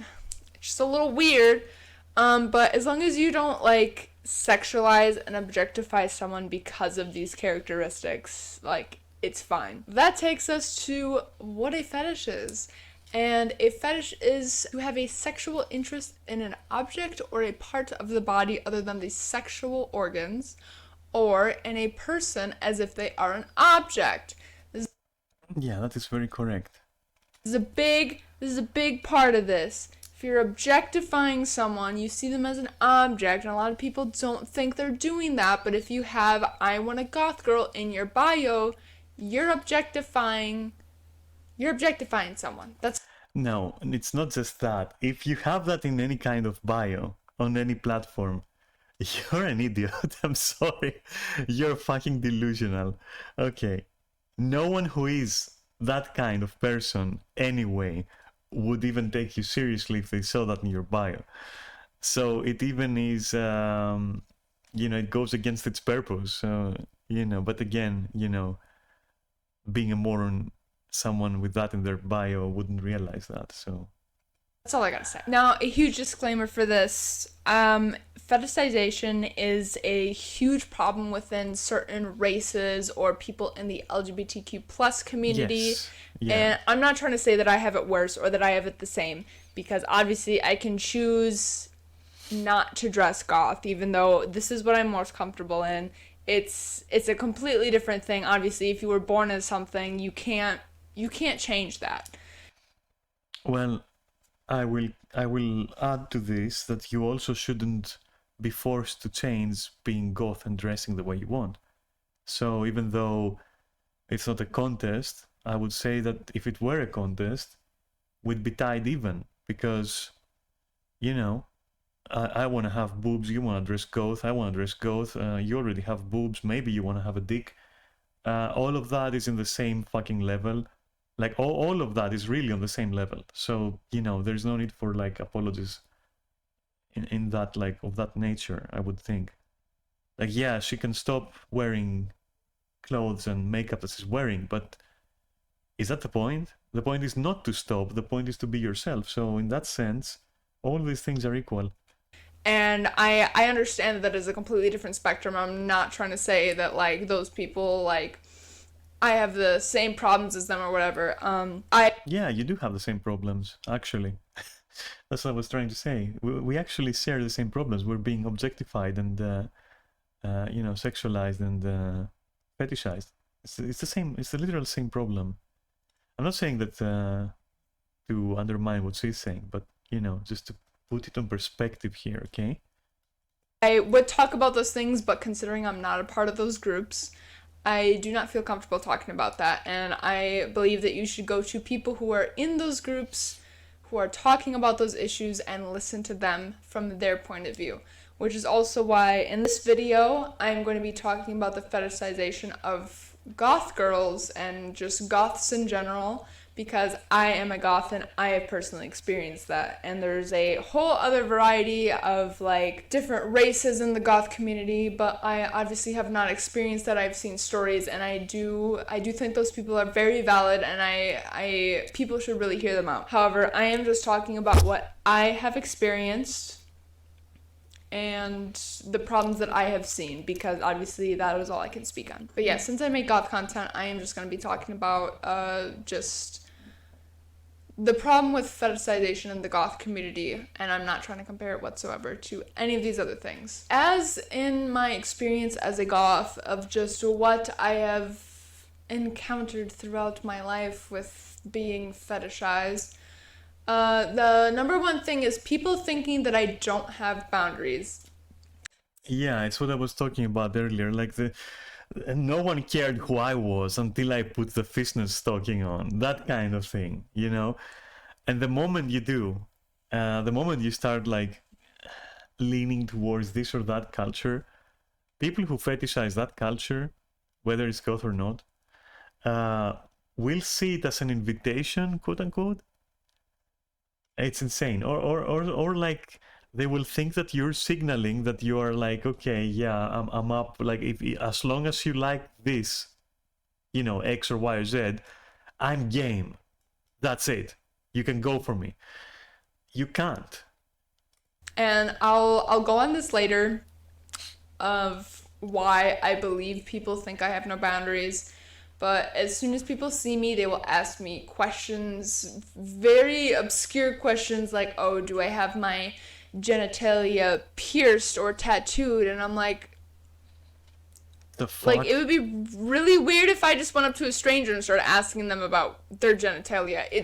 This is a more general phenomenon where people who are normal, and I'm using this like with heavy quotation marks, like bold quotation marks, normal, okay? Because there's nothing wrong with being actually normal. I mean, she's very normal, I'm very normal. But you know what I mean, right? So they, just because, for example, this kind of normal person, let's put it that way, the wrong kind of normal people, let's say, of normies, seem to think that just because you're different than them in some way, even though you really aren't, you're just like wearing different things. Like, wow, how is that the concept anyway? That you are kind of like acting, and therefore they can ask the person behind the mask, which they think you're wearing, about the mask that they think you're wearing. So they'll ask you stuff like, since you're this, as she said, like, do you pierce your cock or something? Do you do this? Do you like it up the ass because you're like this? Like, these, Jesus Christ. You know what? It's not acceptable, and I don't understand. Like, I can see why people, just people who are very uneducated, think that that is an okay thing to do. But it's Uncultured, I would say. maybe it's just because I'm from a small town, a very conservative Christian small town, very My condolences. yeehaw type, My like fucking there's a bar, condolences. there's more bars here than there are people. Like, it's just like it's a very common thing for people here to just it's very rare to see an alternative person here, and I have either been friends with or am friends with any of the alternative people here. They all have the same stories of just people acting like they're an alien, like a foreign object, like, oh my god, what is this? Like, they've never been online before. They maybe. Does she live in Greece? Because that is Greece. That is literally fucking Greece. Okay, I feel you. They've seen the movie Elvira, and that's all they have of a goth, and that's, or maybe just porn. Maybe they just see it from porn, and they're just like, oh, you must be one of those famous porn stars I see. Yeah, But another thing I feel people that. do, just asking about inappropriate things, like, God, I can't even come up with an example right now. I feel like I have heard all of it, especially with being online. Not only in my small town are people coming up to me and asking me these things who aren't online, but I'm also getting the people online who are finding me and asking me very inappropriate things, such as like, oh, like, you have all those tattoos and stuff, like do you get off to pain or something? Like, you do this for pleasure? And I'm like, You get off to paint? Ah. No, she said pain, by the way, I know. But I misheard to paint, and I was like, oh. Anyway, what I was about to say, though. Okay. So, yeah, I mean, being online is now something everyone can do. So, all these idiots, obviously are also going to be online. There's no surprise there anymore. Could be surprising a decade back, but right now everyone can go online. So all these idiots are gonna also be online. it's literally 2 a.m. at a Quick Trip, and I'm just trying to buy some chocolate milk. Like, can you please back the fuck off? Another thing that I experienced that I'm sure a lot of other groups probably experience this is stalkers. I've had numerous amount of stalkers, and every time I talk to someone else who's in the goth community or they're very alternative, they just like, they're very outside of the norm. They get like extreme stalkers, people who will find their location. They'll like, I've had All right, I have to say that this one I've never experienced. I've never had a stalker before, but I have known a lot of natural-born females who have had stalkers. I think this is something. God, I hope I will not sound ignorant in saying this or bigoted, but I have to say it. I think this is something that is very limited to, natural-born females I think this is because they are natural born females. I hope I didn't sound like a bigot, but yeah. Stories of anyone being trans um, and having a stalker. I don't know, never encountered one. And I've talked to a bazillion fucking people in, you know, you know, in my years of being online. And yeah, it's never happened. Which is not to say that it's her problem, or it's not to say that huh, girl problems or nothing like that. It's just that I think that since even this day the vast majority of people are going to be straight, I believe the vast majority of observable cases of stalking are going to be between a natural born male and a natural born female that are straight, or at least one of them will be probably the stalker. So there's that. I hope I didn't sound like bigoted or anything, but and I'm not in any way canceling what she's saying, because obviously it's an issue. It's a huge issue. It should never happen to anyone. But as a trans person, even though I am also goth, I've never had a stalker that I can think of. There was a person, but I can't. I would feel guilty if I said that they were stalking me. It wasn't stalking. It was persistence, but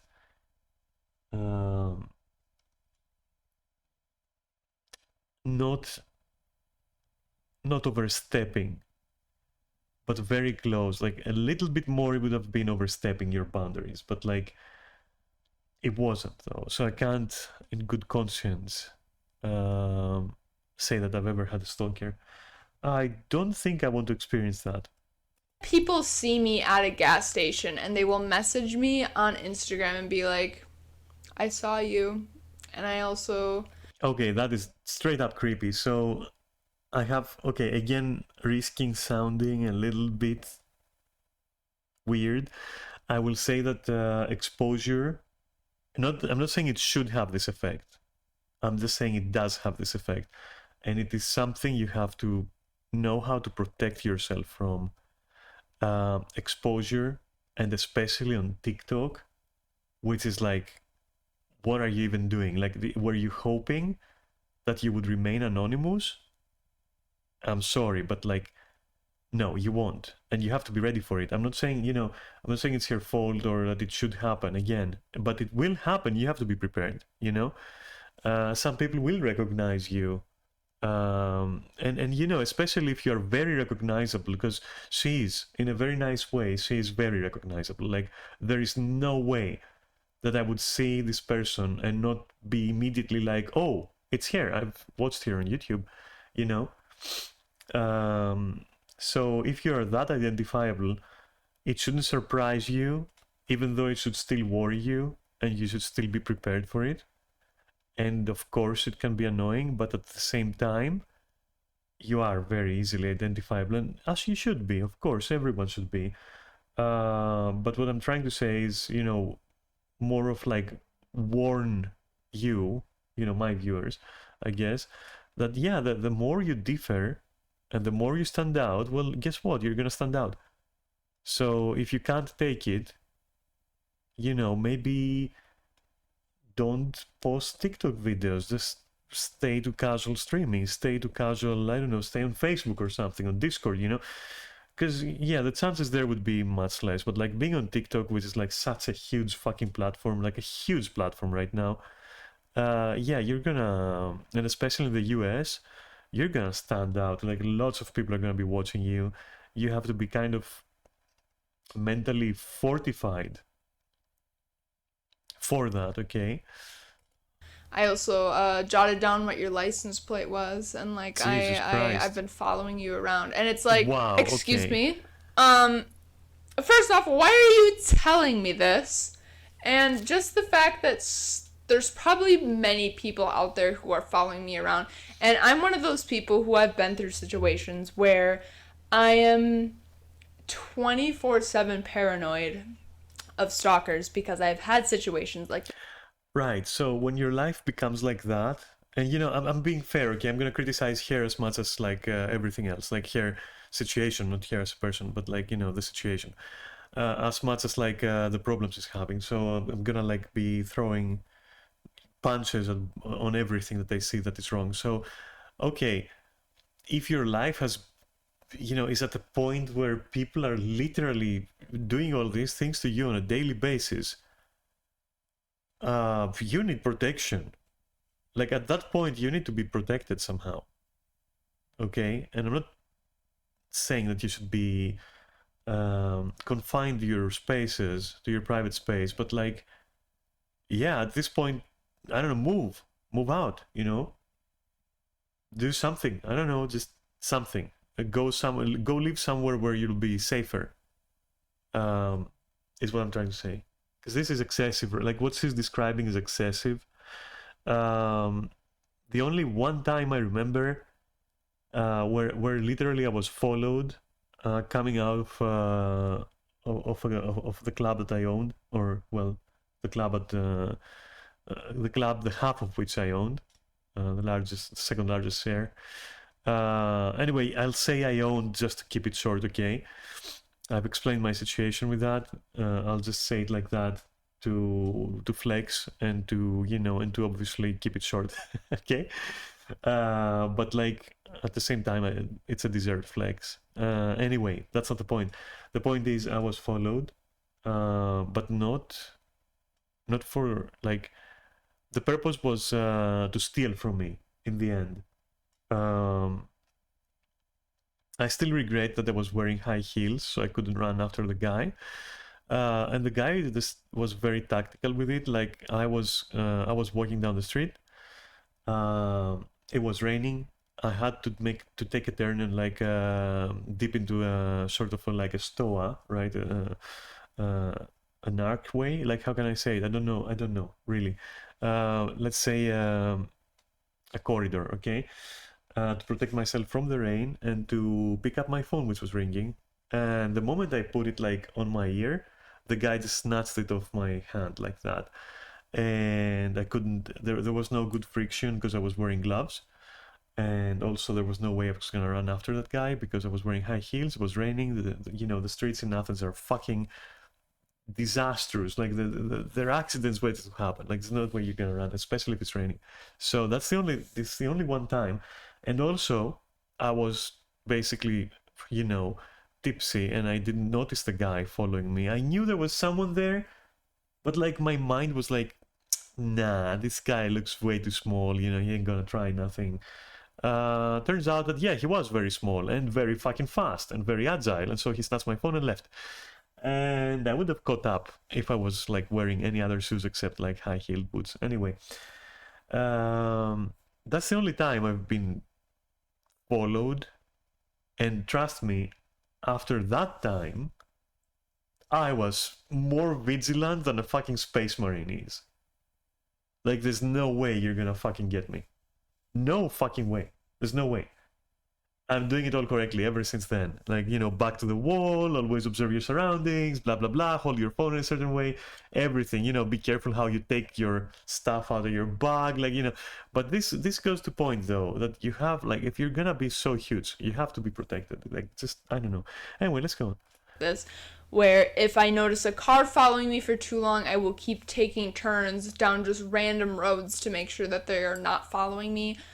I refuse to tell anyone what my, like, I say I work at a golf course, very, very broad, and I say that I'm in Wisconsin. I don't tell people my specific location in Wisconsin. Of course, there's a ton of golf courses in Wisconsin. Like, if you happen to find it, like, that's a level.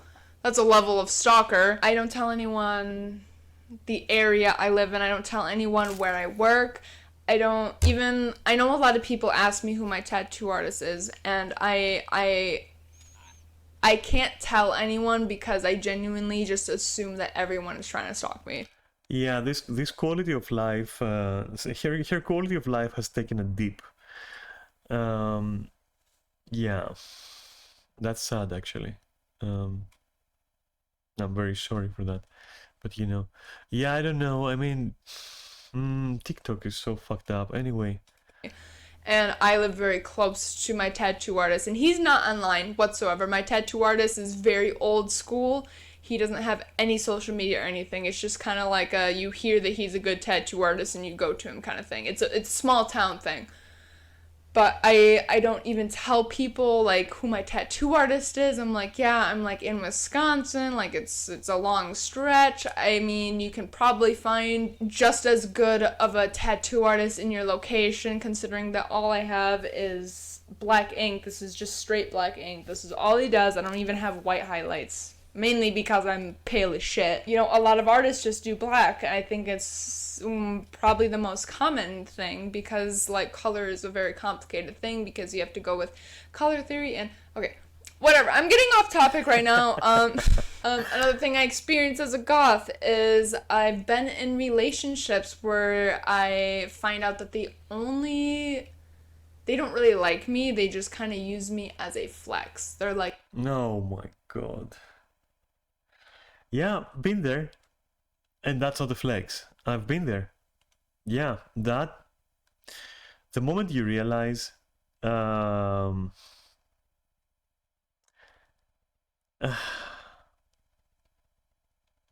it angers you when you realize, honestly, you become angry and but it's not something you would react on. It's something that you go like, oh, you know what the fuck, that's fucked up. And usually you find out later, honestly. Like,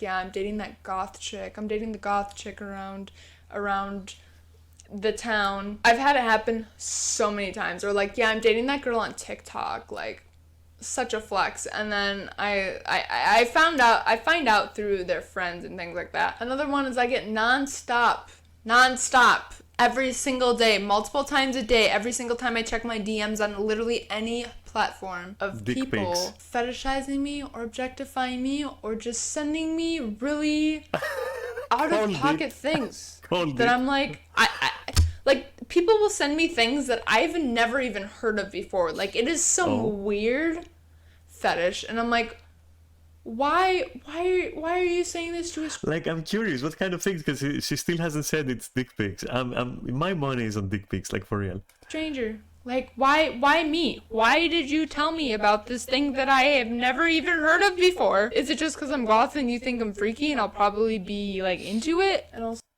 So, okay, so, yeah, so... Jesus Christ, this is what I was saying earlier. There is this correlation between, in a simpleton's mind, okay? Between being goth and, like, being into kinky stuff. Like, seriously, you can be 10 times more poignantly goth as this person and be the most vanilla person you've ever seen. Like, these things don't connect. It's almost like what I've said earlier, where I was saying the fact that you come out as trans doesn't immediately mean, except if you're an idiot, right, that you love cock and that you're doing it because you want to get fucking your ass pounded. Like, you're not doing it for that. You may want that, and there's nothing wrong with that. And sometimes both of these things will be true for the same person, but it doesn't mean that, you know? Anyway, so yeah, obviously, yeah, she's talking about like receiving, you know, offers to satisfy certain fetishes. I feel this person's pain in my fucking bones. I haven't had this happen to me, but again, people will always, like, on average, prefer, not always, but on average, but they will prefer the people who will do this is the correct way to put it. The people who will stoop so low because they're stupid are usually just, like she said, straight men. So they will go for her type, like, you know. Also the amount of genitalia pictures I get on... Called it. There we go. I was correct. Which is sad, but it's funny. Dick pics, huh? Alright, so I haven't received dick pics, but okay, but wait, there is an exception, but that was like, listen, that was consensual.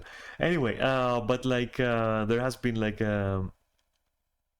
there has been a person, okay, who, so what they like to do, what he liked to do, was like, and it only happened like twice, because at that point I was like, yeah, whatever, dude, like seriously, just yeah, well, what fucking ever.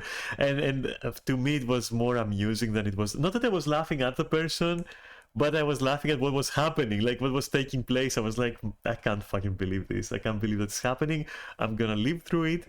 But yeah, you know, and it also ended sadly, because it didn't sadly end, it ended sadly because just to clarify, because the person turned out to be a fucking to be racist towards trans people, and well, they were what he liked to do. Like, don't say, I don't know why I keep saying they. What he liked to do those 2 times that I allowed it was to call me on Discord and then jerk off on a video call. So, and I was a person in World of Warcraft who was also like a football player, from what he said. Anyway, not that it matters. But yeah, I allowed once or twice, and then I was like, yeah, I experienced that. Moving on, carry on. You know, all be gone, carry on. And then also found out at the same time, like in the same week, I found out that the person was like basically transphobe. So I was like, yeah, okay, fuck you. Have I had that happen again? I have had this happen again with another person, but I will not go into details. But when it comes to it was consensual, don't worry.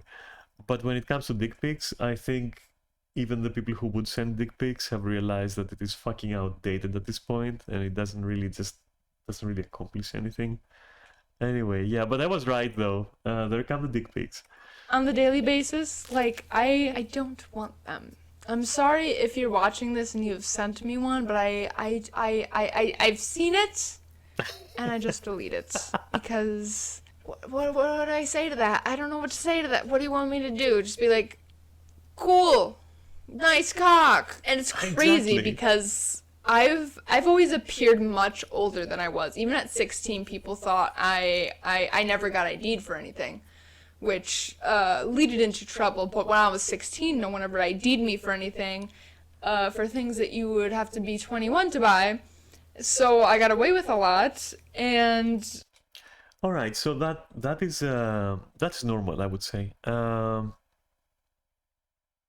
Again, I'll risk sounding a little bit of an idiot, but the way she dresses and the way she carries herself and her voice and like her makeup and everything, if they were even slightly similar when she was of the age that she mentioned, she could pass for older. Yeah, I can see that happening. Katya had the same effect.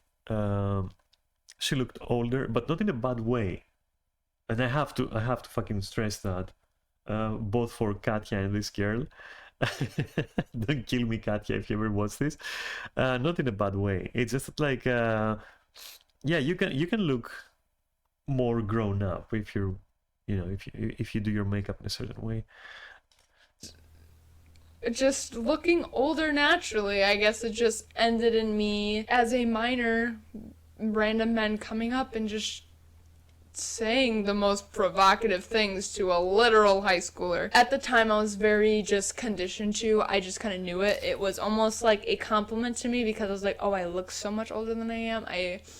I'm so mature. And now when I think, but like, I've deleted every picture of me before I was 18 because people will go back on my old photos and comment on them and say like, oh, like you're so hot, like damn, the things I would do to you. And it's like a picture of me when I was 15 years old, and I'm like, Okay, when you're 15, I don't think you can look that much older. I take it back. If we're talking 15, then you should be able to tell someone is 15, I think. So yeah, good on her for removing those pictures. No one needs to fucking know what you looked like when you were underage. No one fucking needs to know. No one needs to know. End of story. So good on her for removing those pictures. Okay, that's not helping me heal my inner childhood trauma, so we're just gonna delete the whole image by itself. But yeah, last thing, people, again with the boundary thing, people will come up to me and just start touching me. Alright, so, okay, I have had this happen. It is this, again, it's like it's the same thing I was saying earlier. Like, not uneducated, uncultured fucking morons. It's because you look different that they think that you're like a museum fucking exhibit, and that you're there for them to put on a show and to be experienced, as in touched, smelled, talked to, all that shit. Like these guys are so fucking stupid that they think like, okay, so what happened with me was like, I had my hair in locks back then. Okay, I was braiding my hair back then. I was taking my boots, a pair of boots, to I don't know what you call it, a cobbler. Is that a cobbler? Who the fuck knows? It doesn't matter. So I was taking them to a cobbler because I wanted some changes. You know, I wanted it to be like half a size larger. It was good leather, but it was very tight. Anyway, I go in there. There's this guy there, old dude, like 60 or something, maybe 60 plus or something. And he literally grabs my dreadlocks and goes like, what is this, huh? What is this? Like, what are you? But like in such a fucking sleazy tone. Like, oh, Jesus fucking Christ. Let's go on. And I've gotten so used to it where like I just kind of like No, don't get used to it. kind of give him the side eye, and I'm like, you want to explain why you're touching my hair right now? And I'm sure a lot of other communities can like just understand the point of people just coming up and touching your hair, which is weird. Another thing is people will come up and touch my tattoos. Like they'll just start petting my skin, and like Jesus. someone just came up and started just petting my chest, and I was like, what are you doing?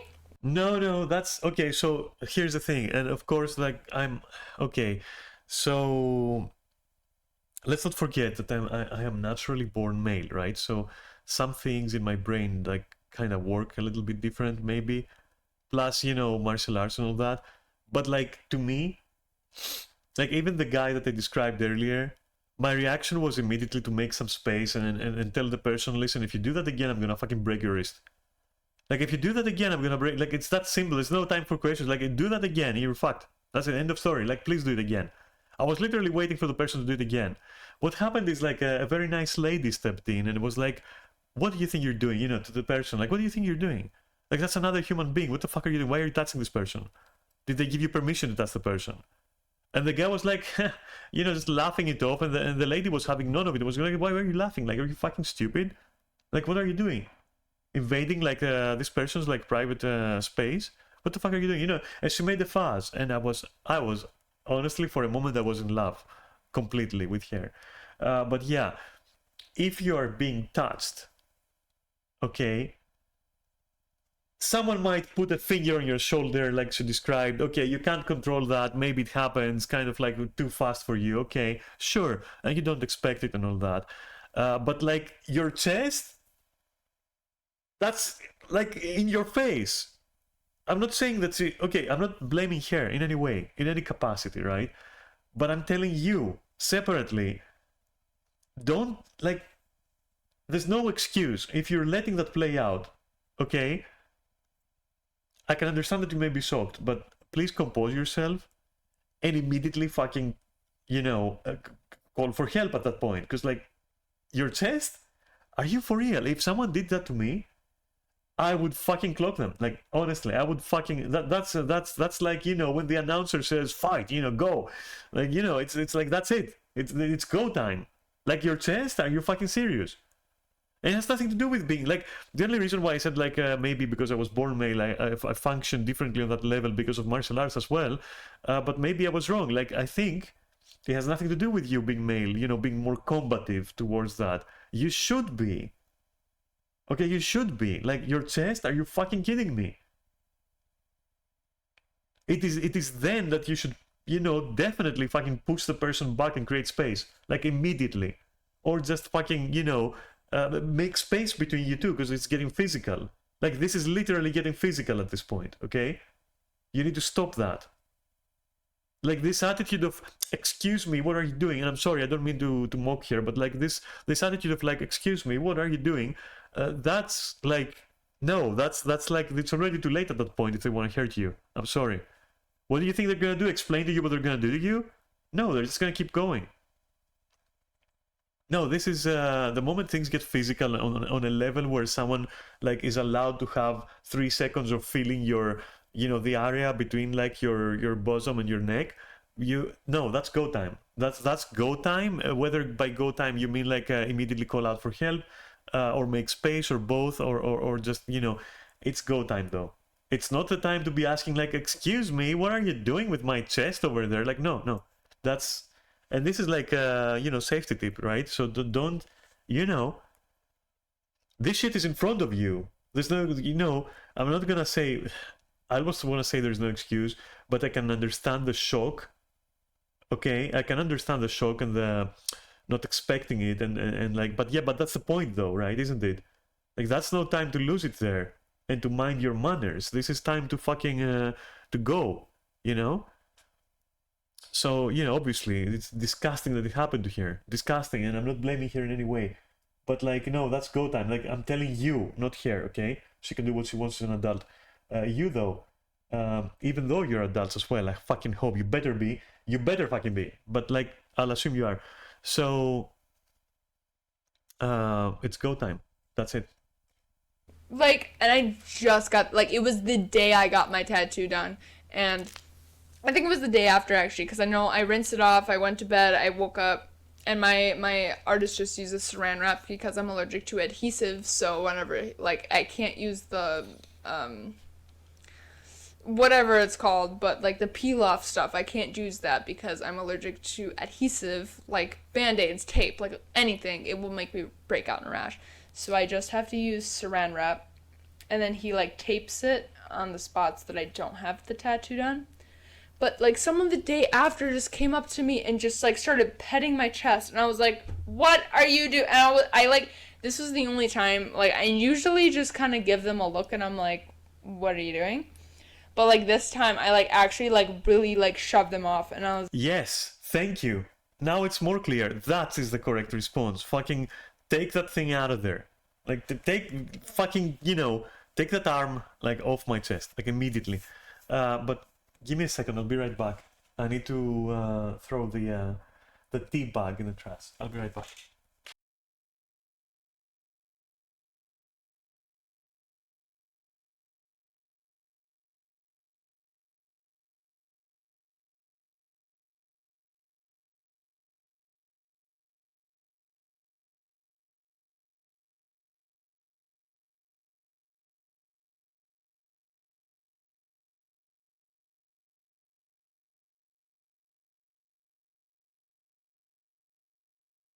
Okay, back, let's go. I was like, I just got this done. Do not get your nasty ass, dirty ass, wrinkly, gross, nasty fucking fingers all up in my tattoo. I just got this done. Like, what are you doing? Like, who in their right mind just does that? Like, it's not about your tattoo, friend. It's about touching you in general. Like, fuck your tattoo. It's like, no. I can understand. I can't understand, but like people touching my arm tattoos, different. For some reason, people think tattoos feel different. They don't. My skin feels the exact same. In fact, if I had no vision, I would just not know that I had tattoos. But like just my chest, like you're just gonna start like, oh, I'm just feeling your tattoo. I have tattoos everywhere. Touch something else. Why? Oh my god, I just hit my mic. Touch something else. Why are you touching my? No, don't touch anything. What do you mean touch something else? It's not about your tattoos. Fuck that. Don't touch. Like, don't touch people, okay?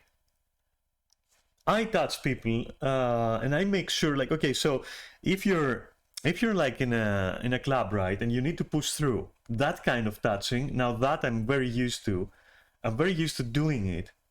Especially because if I'm wearing heels, for example, I can't be expected to, like, non-elegantly push through a tight formation of people to reach the bar. They're not gonna listen to me, they're not gonna be able to hear me because we're in a club, okay? You need to very gently and with a smile and make sure that your posture is correct because you don't want them to read your body language as offensive. Just very lightly tap them on the shoulder, okay? On the edge of the shoulder, just like, hey, you know, and don't make it a poke. Like, just rest your arm for 1 second to give the signal that either they're gonna turn or that hand stays there. It works every fucking time. No one takes it wrong. If they do, they turn and they see a person smiling, and you just immediately signal that you just want to go through. And that is like the most that you will ever have to do when we're talking touching other people. And that is also the most that you should ever accept, okay? For example, I know Katya, I've known Katya for like more than 10 years, and whenever she will, for example, literally fucking pounce on me, I'm still feeling uncomfortable. I mean, and I love her to bits. But, like, listen, touch is intimate, okay, is what I'm trying to say.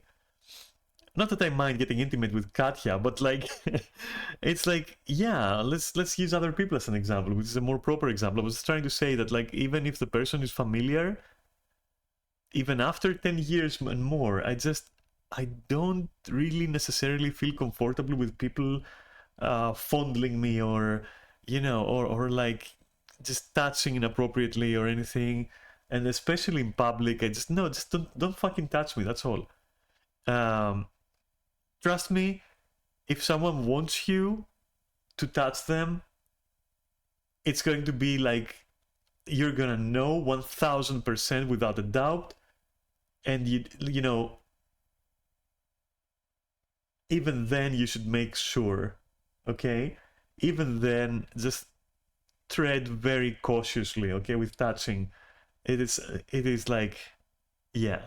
So someone who is a stranger and you touching their tattoo without permission, you must be fucking out of your mind. Like, you should be beaten or something. Like, for real. If you get a beating, you'll deserve it at that point.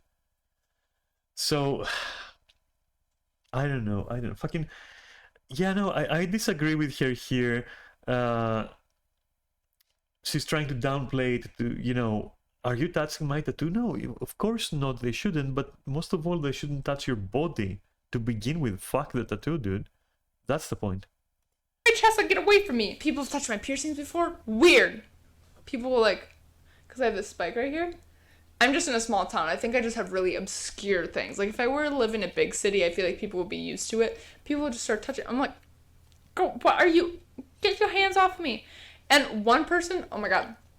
One time someone came up to me while I was downtown and I was just sitting, minding my own business, and someone just came up to me and I was like, wow, you're oddly close. And they just started petting my eyelashes and I was like, oh. Like, what are you doing? Quit touching people. Don't just touch people. Don't just, it's like, in my head, I think that I'm intimidating. I have all these piercings and tattoos, and I've got like these big platform boots on, and I'm 5'7", so when I wear these boots, I'm like 6 feet tall. Yeah, so intimidating. Nope. No, it's not intimidation. How can I explain this? So it's not that people get intimidated per se. Their sense of normality is threatened. It's different. Like, you threaten their reality. All right, so that is it's not that the person is intimidating. Like if you look at her and you're intimidated, my condolences. You need to go out more. What you should feel when you see her is like nothing, in the sense of like it's a person. All right, so feel what you're gonna feel for a person like any other. There is like nothing there. It's a person. If right now, like, if you can't, like, if you are not on that level yet where you can do that for yourself, and trust me, you need to be able to do this, so that you can start treating people properly. There is a nice little mental exercise. So take the image of hers or of any other persons in your mind, and strip them away of all the gear, okay? All the metalware, all the tattoos, all the makeup, everything. Try to see the person as they are, okay? Not to belittle them, not to diminish their existence, but just for you to realize that this is a person. It's not an exhibit, and it's not something monstrous, and it's not like, it's a person. It's a human being. It's like you and me. If you had the skills to apply makeup as well as she does, because those are some insane skills, at least to me, and respect for that, by the way, you will look quite on the level. All right, not to say that she's not quite beautiful, but yeah, a lot of it is makeup and symmetry and lines and everything conspiring, quote unquote, to provide a spectacle. So you can do that. You can definitely do that. You too, me too. All these things you can keep in mind, and like not be intimidated by the person. And this is a nice exercise for other situations as well. Whereas, for example, someone who might be of very large size might intimidate you, but if you think of them as just another human being, it will lower your fear significantly. So the more you strip something to its core, the more you'll be able to handle it. And it's a good exercise in general. But if you're intimidated by a goth person, you need to get out more. Okay? First of all, if anything, it's very alluring. That's what I would say. But like, not intimidating? Like, I don't know, dude. If you're intimidated by that, I mean, she's fierce, that's for sure. But fierce in the way of looking and like being intimidated, like being literally afraid of her. No, I don't think anyone is afraid of her. The problem is that like appearances like that will break the mold for some people. They will shatter their little bubble of like normality, and that causes them to be afraid, but not that she's intimidating, let's say. And that goes for many people, who break the mold that way. I mean, I know for a fact, for example, that if I ever see someone with like a cybernetic implant for the first time in my life, I will, or you will be like, oh, that's a part of my reality now, that I've seen for the first time in my life. Let me just process that a little bit, because yeah, you've seen people who are missing a leg or an arm, obviously, and that is like normal, absolutely, to you, because you've seen it enough in your lifetime, I hope, by now. To not fear such people or anything, or discriminate against them. There's still people, obviously. Like, if you don't think that, you're sub fucking human. But what I'm saying is, like, the first time that you will see like a full blown fucking implant, like the one that you see on YouTube sometimes when someone shows off like their cybernetic arm or something, their fucking mechanical arm or something, and it's like it looks like sci-fi. Okay, that's what I'm talking about. If you see that in the first time in your life, you're going to be like, whoa there, buddy, let me look at this thing. You're gonna be like that a little bit, because it's interesting. It's it's not a bad thing to be like that, but once you start processing it, and it becomes part of your reality, because your mind is now accustomed to the idea of this being a thing. After that, if you're still being intimidated, maybe you're a fucking idiot, because at that point you're living under a rock, and it's too hard for you to adjust to things. you can have some leniency because like maybe it's the first time you see something, but like, you know, like for instance, like I went to Germany back then when I did for Wave Gothic Treffen. There was a guy at the club right there in Leipzig. The guy was on stilts, on cyber stilts. Okay, he looked like a fucking cyber centaur, 2 meter tall and more, just because he was on stilts. All right. And they were weird. He was literally like a fucking cybernetic centaur or satire or something, like literally. Um, I mean, my brain took like 10 seconds to adjust. That's it. I was like, yeah, okay, cool. After that, I wasn't like looking at the guy and oogling, going like, oh, you know, you get used to it. Like it's not intimidating. It's like if it is, you should really just start, you know, reminding yourself that people are people, like they're still human, they're still there, or whatever they are, you know. And a funny story that, because you know how afraid of spiders I am, right? Okay, so the way that sometimes I'm not afraid of them is because I strip them down mentally to what they really are in the moment. So in the moment, they're just enemies. Like I have to kill them in the game, okay? At that moment, if I achieve that mindset, nothing scares me. It's like just things I have to kill. That's it. I don't care about their forms. I don't care. So that is a little bit of that extent, and it's also a little bit of what you do if you're afraid of certain body types in martial arts. As I said, it's a good exercise to actually remember that's a person. That is a fucking person. Okay, it's a person. It's an enemy of yours, you know, so to speak. They're your opponent. Okay, that's it. That's all they are, for real. Keep your shit together and go for it. Like, so that's all you can do. I'm not saying underestimating them, but like, you know, keep your shit together. That's all I'm saying. It's what I do when I see a spider on the wall lately, and instead of like instantly trying to attack it or something, I'm like, okay, what can I do to not hurt the spider and also remove them from my personal space? So when I sit like that, I'm like, okay, this little fella over there just needs to get out of the room. I'm a bigger fella.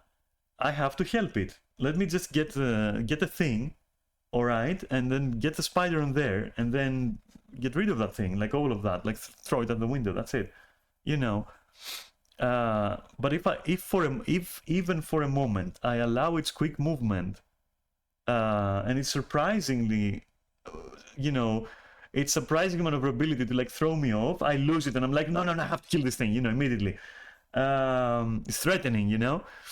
So in that, you know, it helps in the moment to think like, yeah, that's just a living thing, you know. That's like just an organism that is like just trapped there.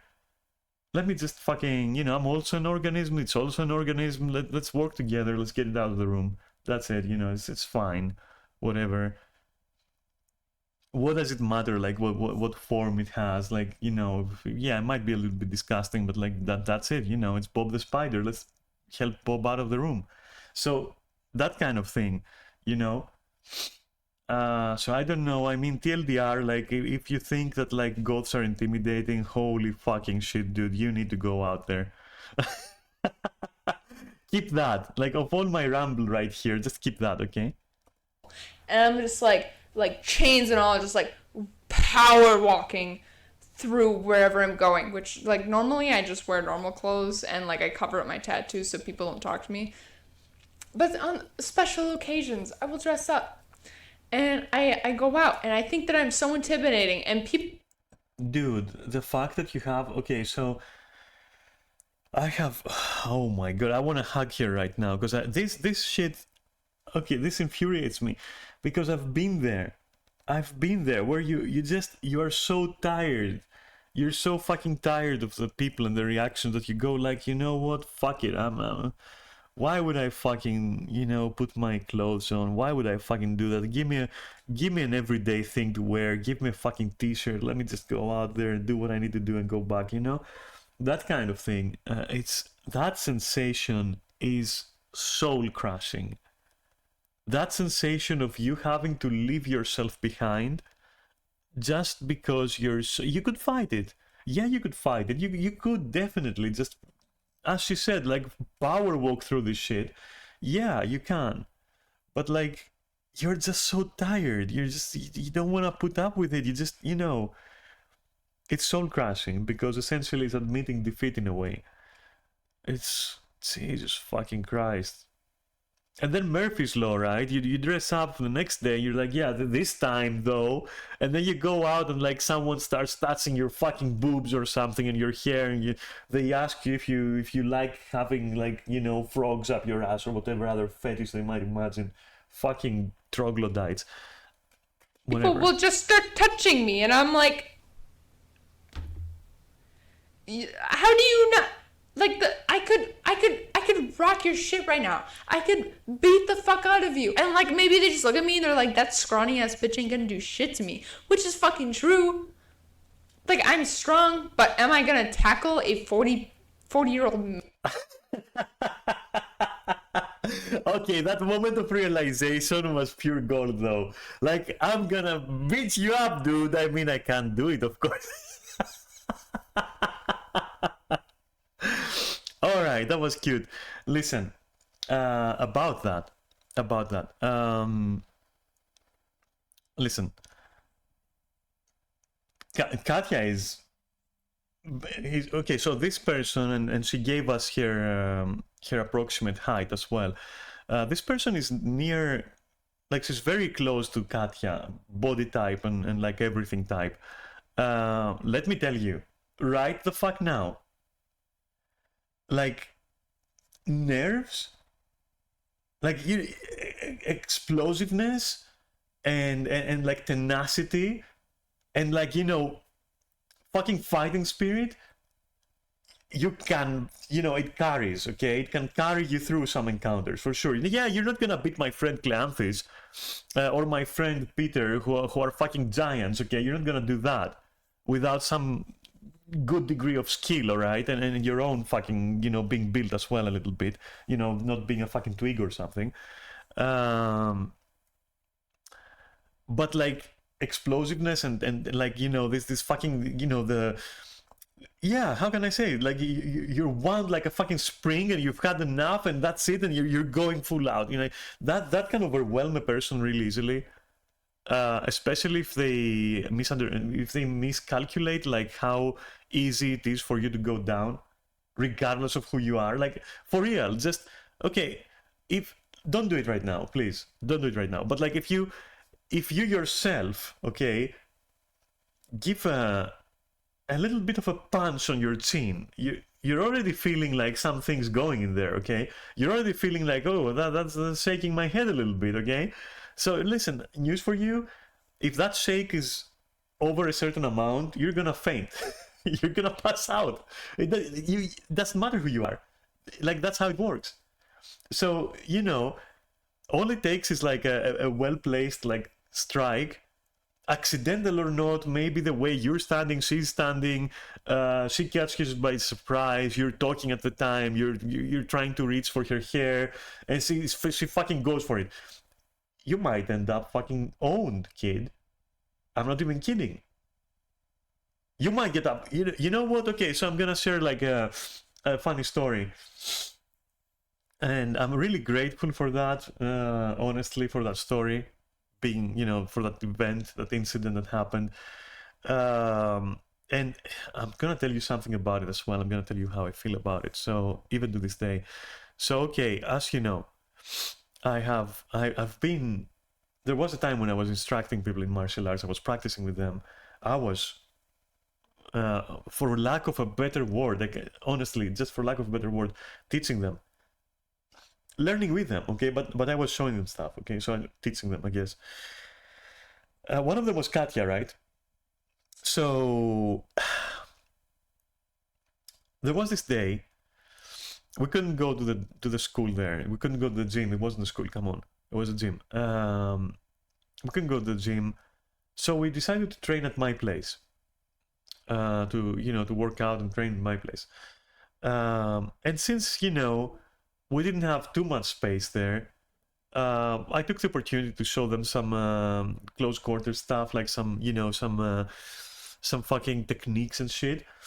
All right, okay, so you have to realize when I say technique, if you watch too many anime, you will think that like by technique I mean some kind of like, I don't know, spell casting or something. I don't know. But what you mean by technique, or that is like how we used to call it anyway, or my teacher used to call it anyway. So I'm literally translating it. Maybe it has a term. Like, would you call it joint manipulation techniques? Like, what would you call it? I don't know. When it's for your whole body though, so you learn how to do stuff like to someone's leg, or how to do stuff to someone's elbow or someone's neck or something. You know, let's call it like joint manipulation or whatever. I don't fucking know. Okay, don't bother me with that shit. So I was showing them some stuff like that, and it came to, since it was close quarters because we were very tight there. It came to Katya asking, or me asking, or someone asking. I don't fucking remember. We're like 4 people there, 5 people at that point. What happens, like, in case like someone fucking, you know, goes for a knee in your gut, like, you know how they clinch to each other and they just like, you know, they go for it, like in Muay Thai, for example. Like, what do you do for that? Like, okay, let's say that you've secured your head. They can't headbutt you. They can't fucking elbow you. You're both like clinching a little bit, and the other guy goes for the knee to the ribs, for example, and all that. And we were, and you know, what kind of defense can you have to that if you were then aiming to like manipulate the knee, for example, right? Because it's like there, so you can block it. You can stop it from causing damage, but then you don't want the person to you know, to go on, to take the knee back and try again. You want to fucking break it off somehow or stop them from doing it, you know. So what do you do there? And so I was like, okay, there is like a couple of ways that you could do that. And in one of the ways, I was actually incorrect. To which, you know, me being an asshole in the moment, and I know that it's, you know, don't hold it against me, okay? I was very humble, and I'm still humble, relatively, okay? But I was very humble as a teacher. But in that moment, I don't know what got to me, but like, I didn't want to admit that, like, one of the things that I told them was not going to work. Like, in my mind, it was working, and I wanted to make it work. All right, so what happens with that is that simply, and again, Katya is literally, like, Katya's frame is literally the same as this girl's. Like, they have the same frame. They even look alike a little bit, honestly, if you look behind the makeup and all that, and the hairstyle. But anyway, so she goes like, all right, let me show you why you're wrong. And you have to understand, like, Katya is a fucking beast. For her weight category, she's a beast. Okay, she's very strong. Let me tell you that. But it's the strength that comes from like being exactly as I said. Like, her whole body is like fucking. It's like a fucking. It's wire. Okay, it's wired up. It's like spring wire. It's crazy. And she's very explosive. And it helps her that she's been in situations where, for example, she's been robbed. She's been, you know, people try to mug her. She was working like in the worst places ever. She's used to this shit, okay? All right, so I'm the one defending, and she's the one attacking, right? So we clinch. I don't fucking know, clinch. I'll call it clinch for now with an I. So we do that, you know. I get in there, she gets in there, and then what happens is, like, she brings her knee up to my rib, okay? And I have the fleeting suspicion, because it's not a clear memory of exactly everything that happened, but I think her point was that if she does it with the intent to place the knee on my ribs, not strike my ribs, just place it there and use a certain lever action to crack my ribs, that then my defense would be useless. All right? And I was like, no, do it. I'll fucking prove you wrong, bitch. And she does it. And the moment I try my defense, it is my own defense that causes the lever action to succeed. And because I was a fucking moron, I didn't stop. I didn't take it slow. I did it in one motion. And she cracked 2 ribs. That is how fucking easy it is to get clowned on. 2 months, 2 to 3 months of pain. We couldn't do anything. I went to the doctor and the doctor said, okay, well, sucks. Let it heal. That's all you can do. There's nothing you can do. Literally. Just let it heal. Okay? That is how easy you can crack a rib. It had nothing to do with weight, nothing to do with body type, nothing to do with defense, nothing to do with anything. It just fucking happened. Out of carelessness. Okay? It's how that is how easy you can get clowned on, okay? Because everyone has this like huge idea that it's like MMA where you go into the ring and you're ready, you're psyched up, and maybe like, you know, you're super ready and like you're gonna start like, you know, kicking each other for ages, and this is gonna be like fucking Baki shit or that fucking Kengan Ashura shit, and it's gonna be like, nah, bro. Like in the moment, in a fight in the street, you might get like you're gonna get clowned on by people you don't even expect. Okay, so she's kind of right that she could have wrecked someone. She's kind of right, yeah, for sure. Well, of course, obviously it depends like on what kind of like attire you have, and again, it also depends like are your piercings or like your makeup fucking up your vision or something like that? I don't fucking know, but like, or your hair maybe. Hair is important. Like if it gets in front of your eyes even for a second, you're fucked. But could she have done it? Yeah, she could have, for sure, for sure. Even though she backs down on it, and that is also valid because again, it depends. All right, and maybe the other person is actually more combat ready, and you know at that point you're fucked. But even if they are combat ready, a slight mistake, a slight like this hand goes somewhere where it shouldn't.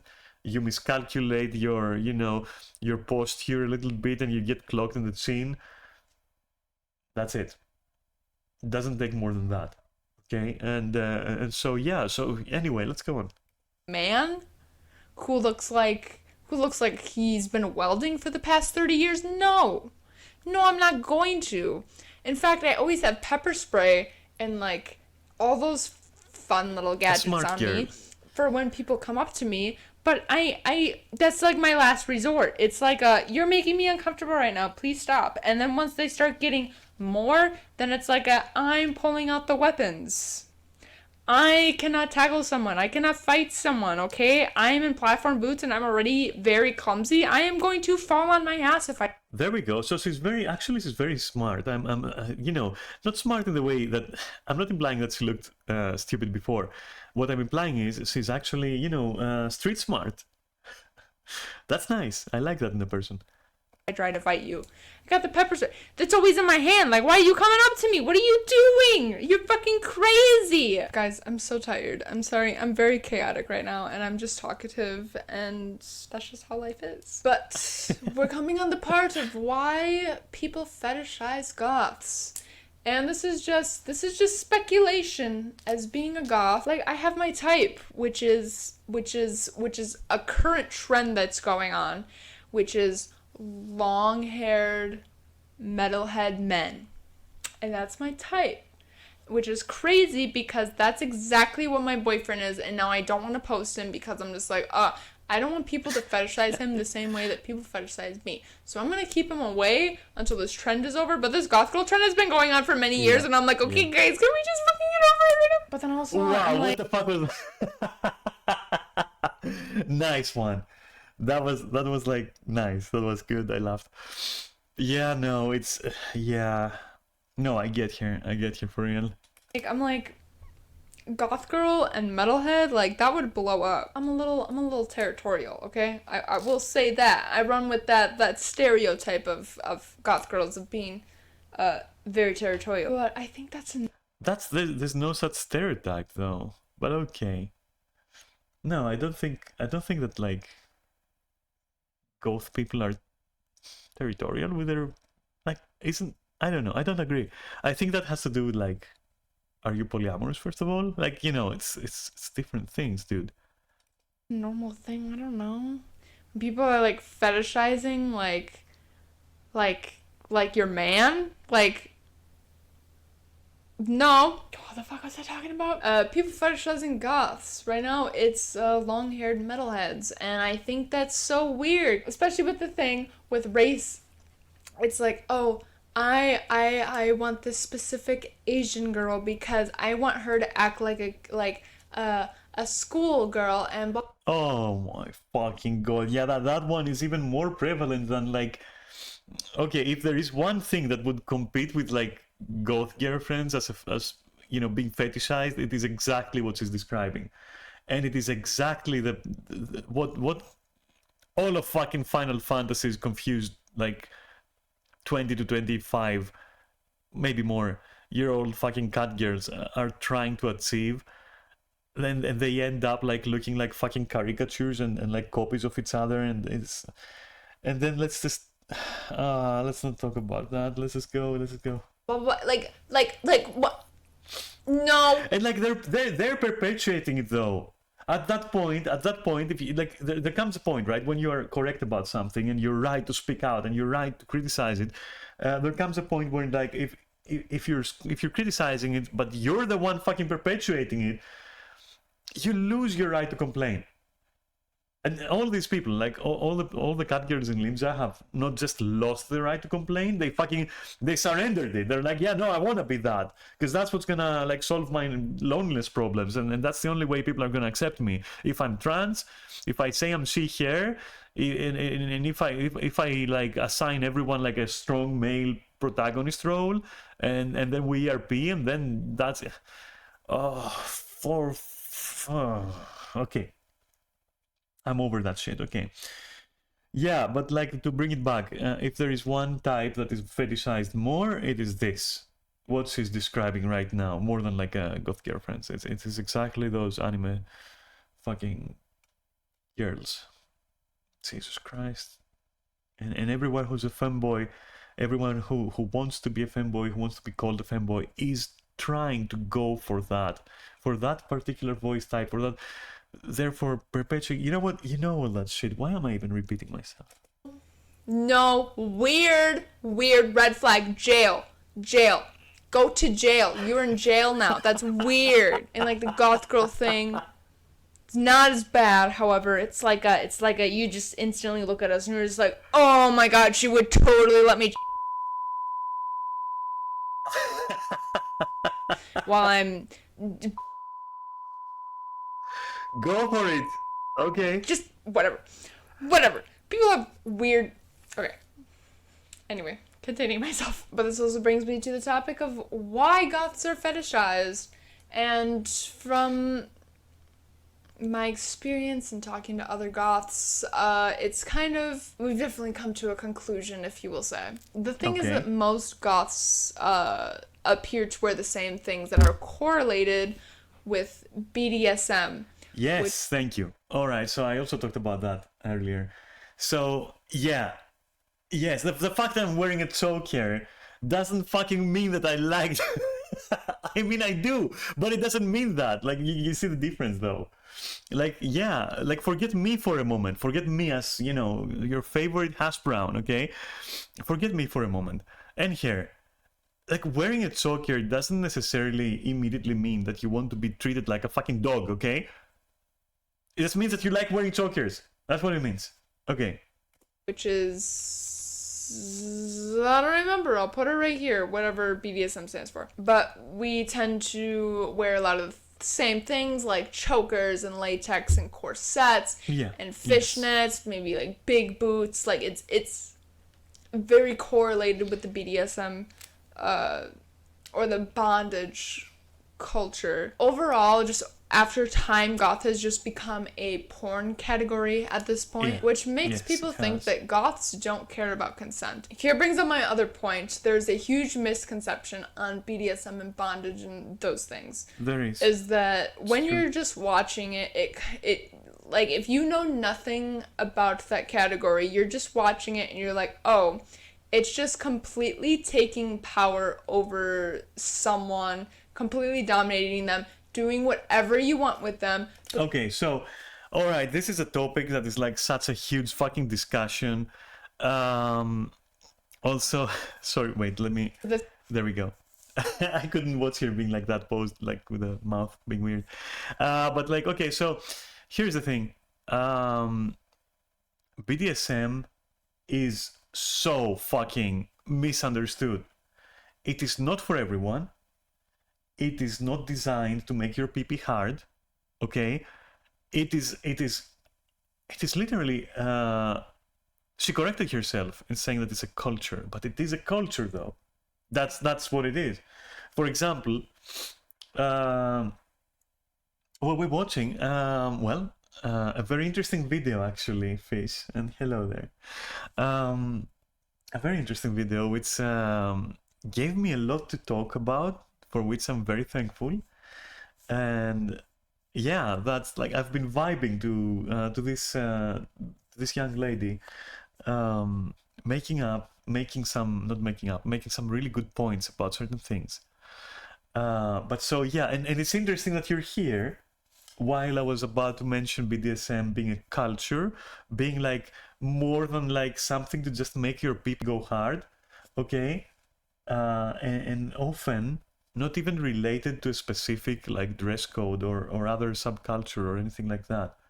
Like there's a difference between some, adding some spice to your fucking and actually enjoying any element of BDSM. There is a huge difference.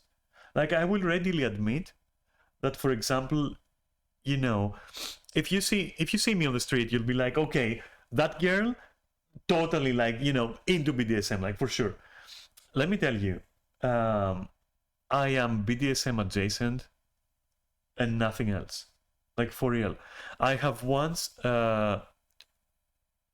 during sex, all right, let's put it that way, I have been bound and blindfolded, and let me tell you right now, it was the shittiest feeling in my life. It was the shittiest feeling in my life. Okay, fortunately, the person that tried that on me was very sensitive and thoughtful and very caring and affectionate, and so she even allowed me to sample it a little bit before we go into it, which takes tremendous discipline on her part, by the way. And no, I didn't enjoy it. I'm not gonna lie. Like I do enjoy, like, for example, right? For example, this is like heavily personal, okay? But hey, whatever. If someone was to leash me, all right, and they walk me around on all four in their apartment, and then it ends in us fucking, okay, that can happen.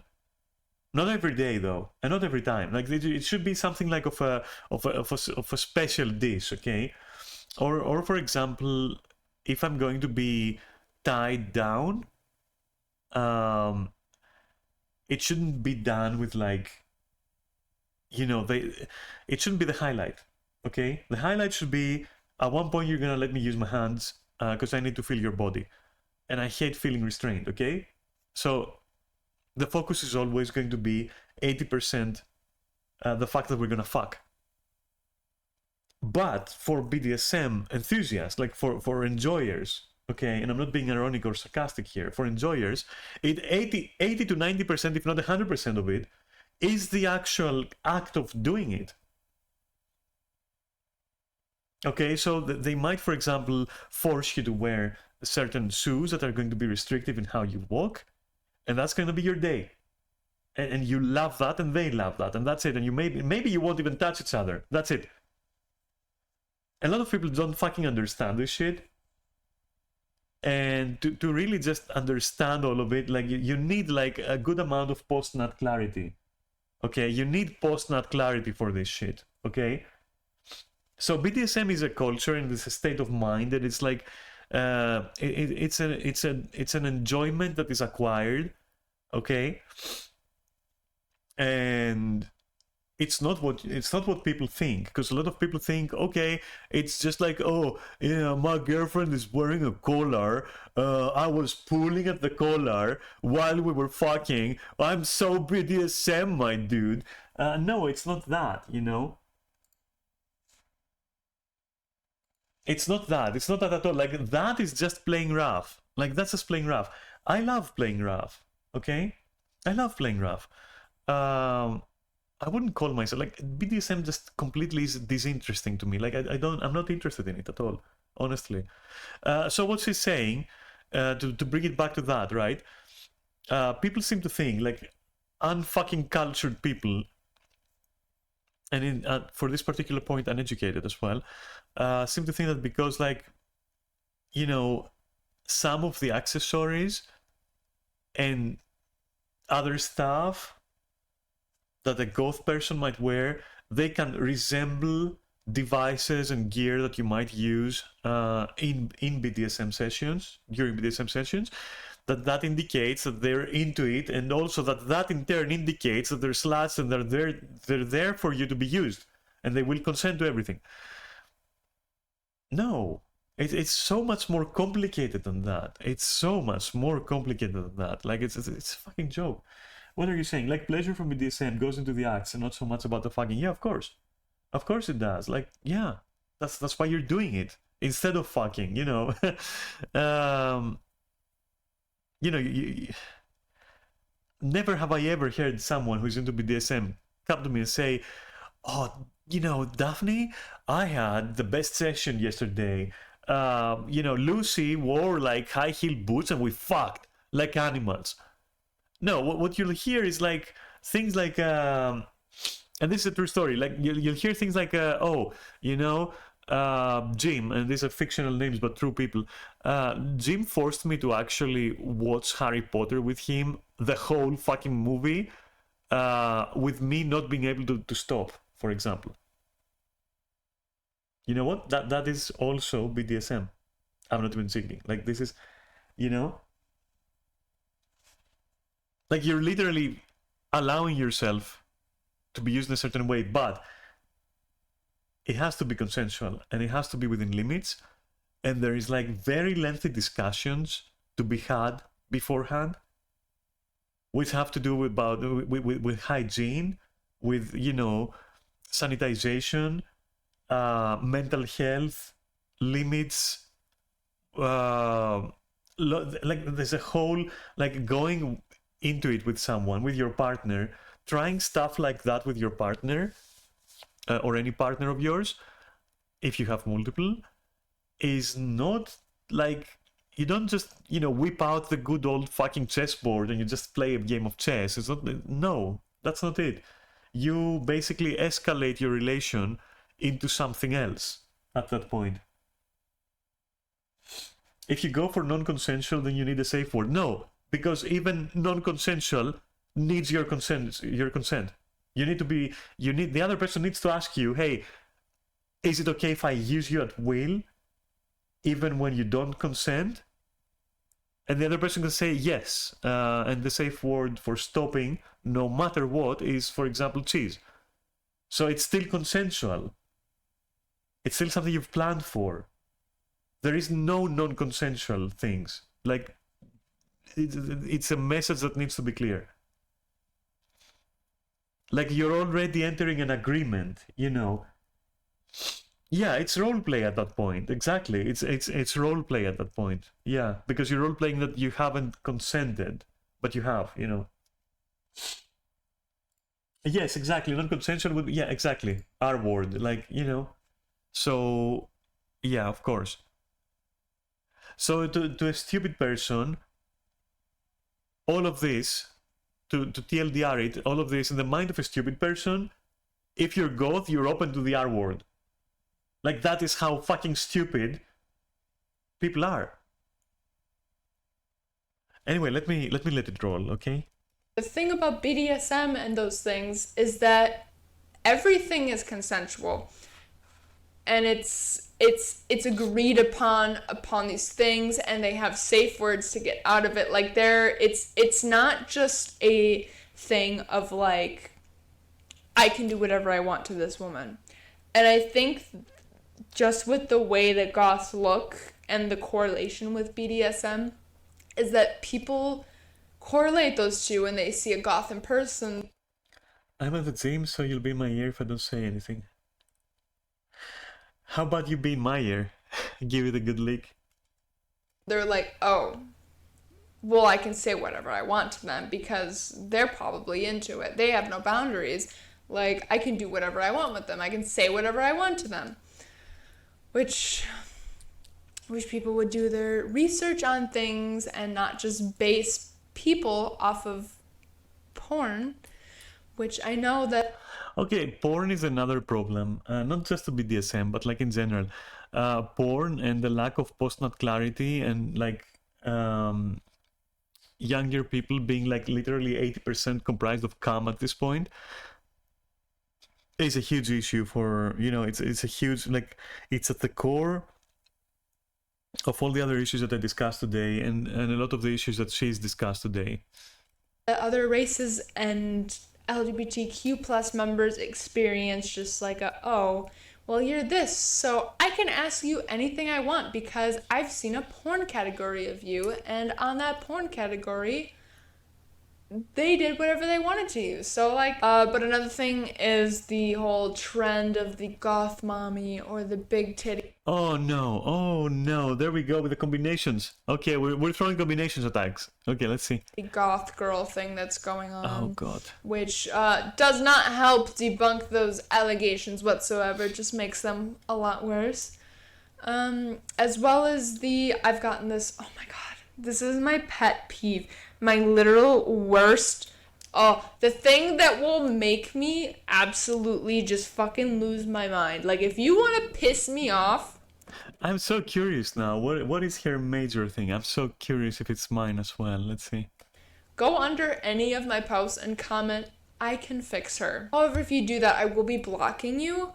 So, take that. I've seen this before. This I can fix here. What the fuck is that? Is that like a new thing?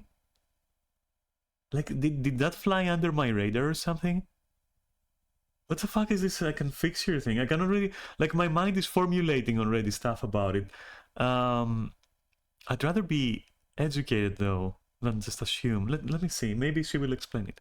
That with a grain of salt. Do whatever you want with that. But I will say, it's I can't even explain it. Like, fixing the partner is a common thing at young ages. All right, so let me BRB. I will be right back, okay? And then I have a lot of things to say about that, for real.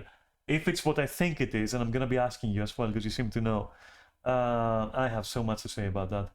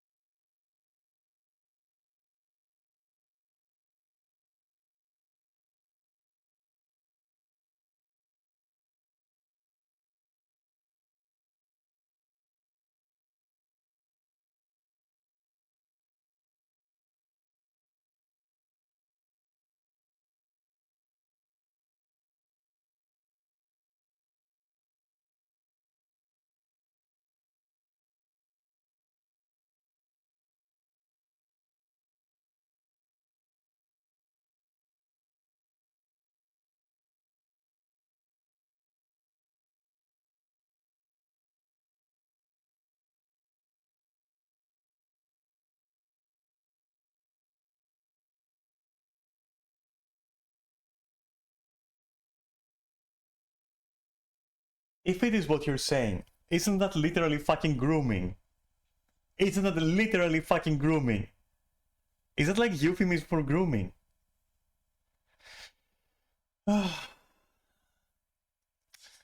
I hope it's not, but like, tell me if it is, please. Because like, shaping them into the partner that you wish them to be, that is grooming. I'm sorry, that is legit fucking grooming, dude.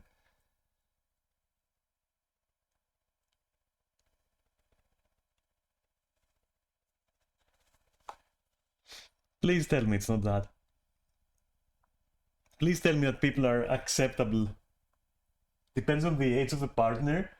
No, because like, yeah, I understand that there is like underage grooming, but there is also, you know, manipulation, which is just as bad.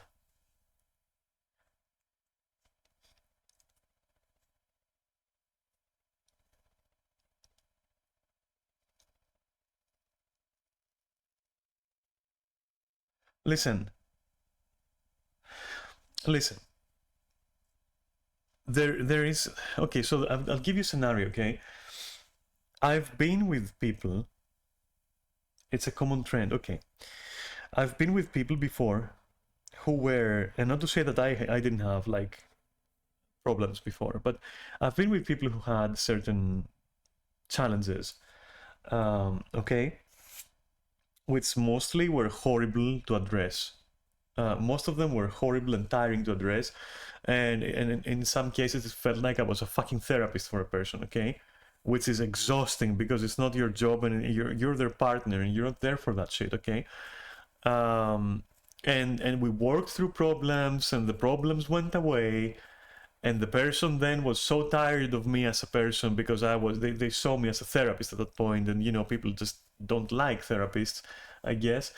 I've observed, and then they leave you, and they're past their problems and they leave you, and they initiate another relationship, and now in that relationship everything is working fine, not because you're not there, but because their problems are not there, but they've tied the experience with you as if you were the problem. There is that kind, like, this is what I meant whenever I've said that I've fixed someone. Like, maybe I've said it before without even knowing this is a thing. So I want to explain what I was talking about, okay, before, like, I don't know, before I am misunderstood. That's what I've been referring to, where your purpose is not to shape them to be your partner. It's the purpose is like, you see the person literally facing a challenge, and you go like, you know, let's work through it together. Let's fucking go, you know, let's do this, okay? And you know, typically it is rewarded with being abandoned. Okay, but this kind of experience is what has led me. And let me tell you right now, I still believe so. If a person, on average, okay, on average, not that every person is like that, there are bright exceptions, but on average, whenever you help someone, not when you fix someone, I'll never say that, okay? Yeah, I'll say that some people are fucking broken, which is already pretty rough, but I'm never gonna say, oh, I'll fix them. You know, I'm not doing that. So, the whole situation that you described, having happened a few times in my life, you know, with some partners, no, I don't wanna fucking help anyone. You know, you give up after a point and you're like, no, you know, I don't want to do that. It's so tiring and it's unrewarding, and it ends up in tears and abandonment and misery. For real. Let people sort their shit out.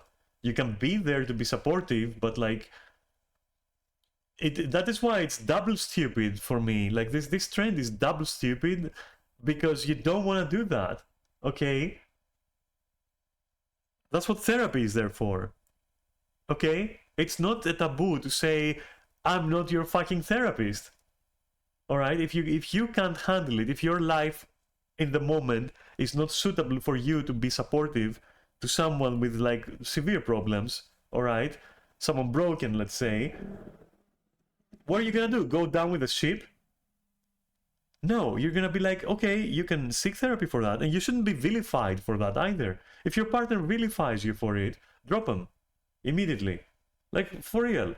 And the opposite is true too. Like, if you are facing problems, right?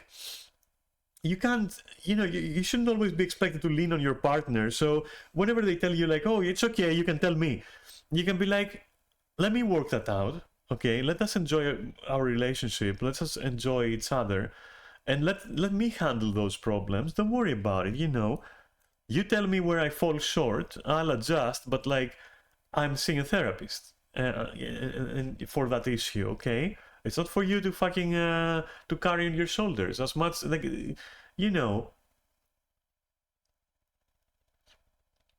that's how it goes. So this trend then, to me, is doubly stupid because these people don't even know what they're talking about. If they can literally, and if they can, as they mean it, which is like, yeah, let me fix or whatever, it's so fucking vile. It's so vile, honestly. To me, it's grooming at this point. Yeah. To me, I put it in the same category as grooming. That shit. If you want to help someone, help them be themselves, not the person you want to date. Like, that is disgusting. If you want to be a beacon of positivity and a guiding light, make sure that you're behind the person, okay? They walk the path. You're just there to share a beer with them and give them some solace and be there for them, and that's all. No shaping, no fucking fixing, okay? Let them do it. And if they're not fixing themselves, look elsewhere. Okay? Because there's nothing more disgusting than a person who doesn't want to improve. Okay? And self-improvement is the sexiest thing that is around. Like, no joke. Self-awareness, acceptance of one's issues and working on them and self-improving, it's the hottest thing ever. Okay? For me. Maybe you're different. But I believe that, this whole trope of, oh, damage is sexy. No, fuck you. It's not. And it's not something that should be sexualized. Because that also is then part of what she's saying. It's being fetishized as well. Alright, all this shit with like, I was plaguing the internet when people were saying like some time ago, some years ago, like, oh yeah, Harley Quinn, man, yeah, I want me a girlfriend like that. I want my girlfriend to be cray-cray. You don't.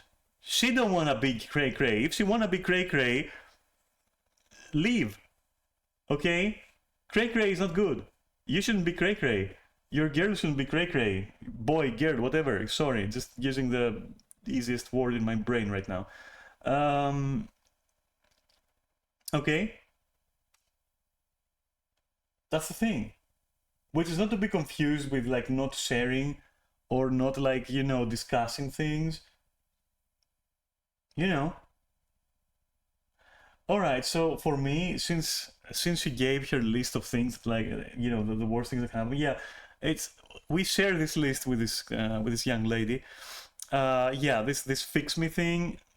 Yeah, I will also be blocking and like immediately like deleting anyone who ever says that for anyone else, including myself.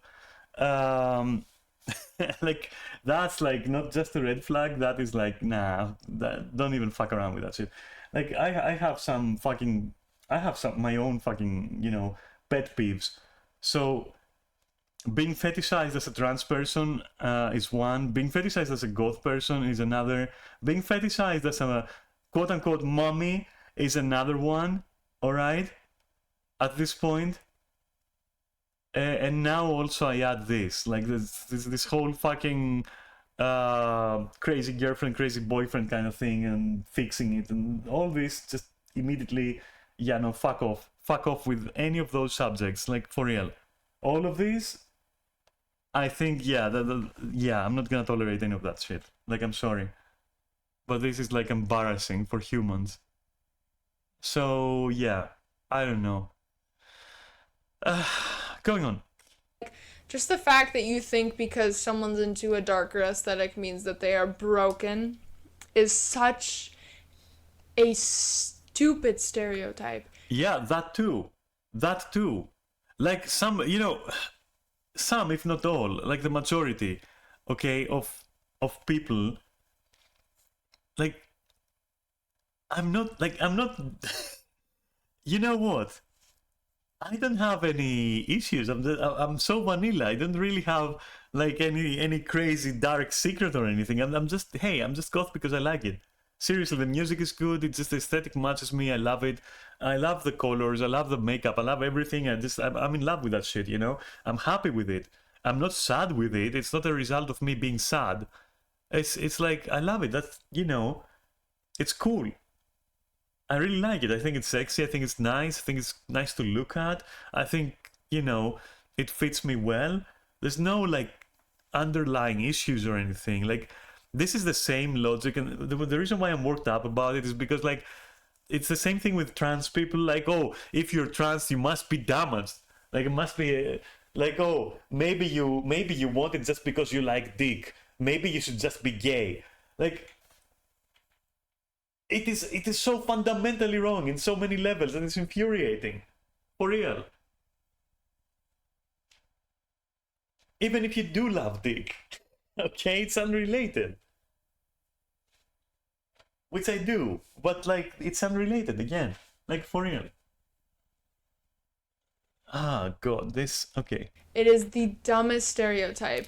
I can't even think of a correlation right now. It just drives me through the fucking roof. It makes me so pissed off because I'm like, you're clearly commenting this because you're attracted to me. You saying that I can fix her means that you want to change me. When I don't want to be changed, there's nothing wrong with me. This is what I like. In fact, if I were to dress normal, it would probably make me way more depressed and feel like I am not myself, because this is who I am. This is who I feel like I am. I feel the best when I look like this. I feel the prettiest when I look like this. I've done normal makeup before, and it just doesn't feel like me. So you can with that whole I can fix. Shut up. And also, just you saying that, instantly, no chance. You have no fucking chance. You know why? Because you're in my blacklist now. So have fun with that, because you just joined the fucking mile-long blacklist I have. So, woo!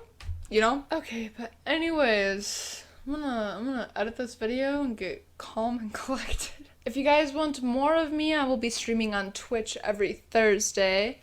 And I will leave that link down below. And I'll be posting every Wednesday on YouTube here, so make sure you guys subscribe. Oh my god. Make sure you guys subscribe, leave a like on this video, and I would love to hear your comments down below, especially if you have experienced something like this. I would love to hear all of your stories and comments down below, and make sure you guys subscribe and turn those post notifications on. But thank you guys for watching today's video, and I will see you guys next Wednesday. Bye-bye. Is there something you needed to say? No. Okay, what can I say about that?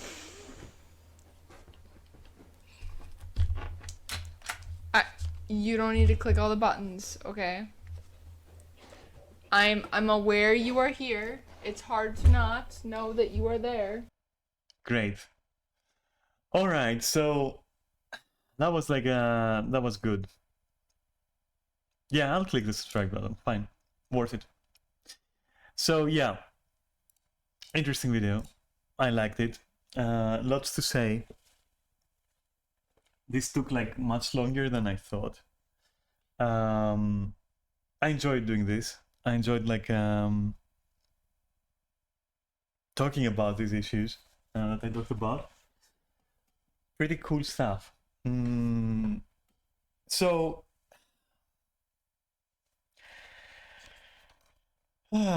good talk.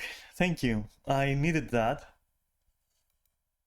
And now I think I will leave you, because it's Saturday and it's already 9 o'clock for me.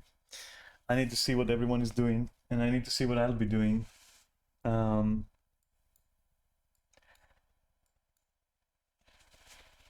I dare turn on my camera? I don't know. Like, quite honestly, I feel humbled by that person. Visually, I feel humbled by the person, but also on a mental and spiritual level, I feel connected with that person. That was cool.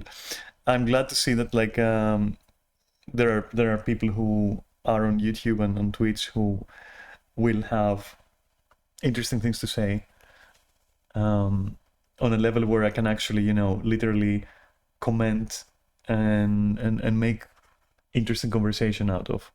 That's good. That's good. As for the rest, honestly, not much else to add. Like literally, I just intended this stream to be a short, you know. There you go. If you needed to see me, there we go. You can see some leg over here, and some face over here, and that's all you're getting. My camera is angled. That's how it's gonna stay, at least for today. What I'll say is it's been fun, and I can wait for. Oh right, it's like. Sorry. It's like Monday is Cyberpunk, right? I think Monday is Cyberpunk, and then Tuesday it's what you call it, Skyrim. I can't wait for Skyrim. I have to tell you, I can't fucking wait for Skyrim. Beyond that,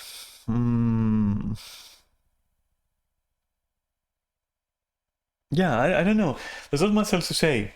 That's all I have to say to you, and that's all I have to share with you, really. For now, for the time being, okay. It goes to show, though, right? So, for example,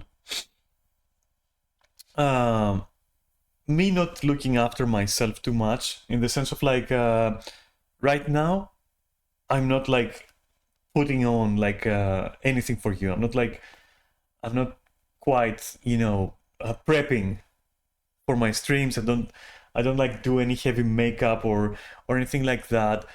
That's like my way of going like at it, right? So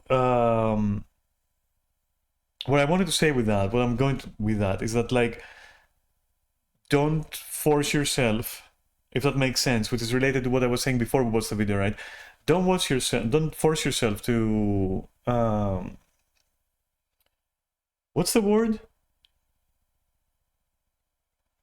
There is a certain word I want to use, but I can't fucking remember it. I know it in Greek. Not to correspond, but to conform. There you go, to conform. Don't force yourself to conform to what others like. For example, you know, I'm goth, I'm a trans person, blah blah blah. But like, look at how I am with you, right? Which is how I'm gonna be anyway. I don't like conforming to stereotypes.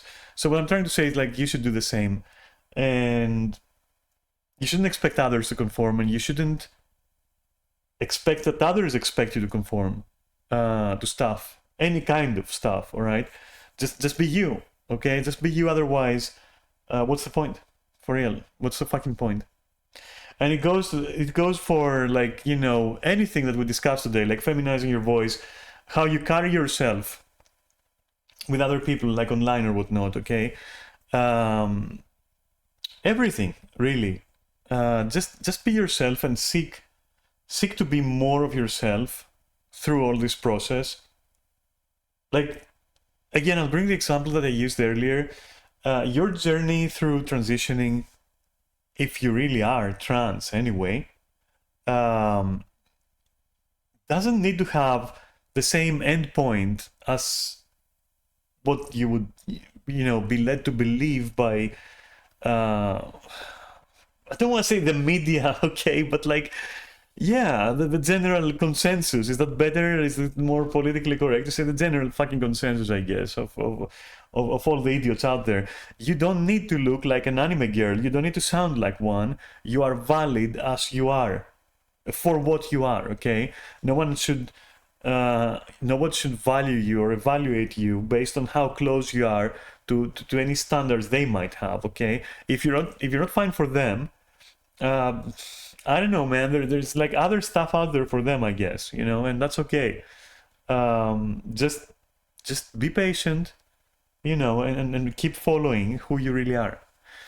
Which is such a silly message. It's so fucking cheesy that I'm saying this, but I feel like it's a good message to squeeze in there right now, because like that's what I've been following as well, like continuously, right?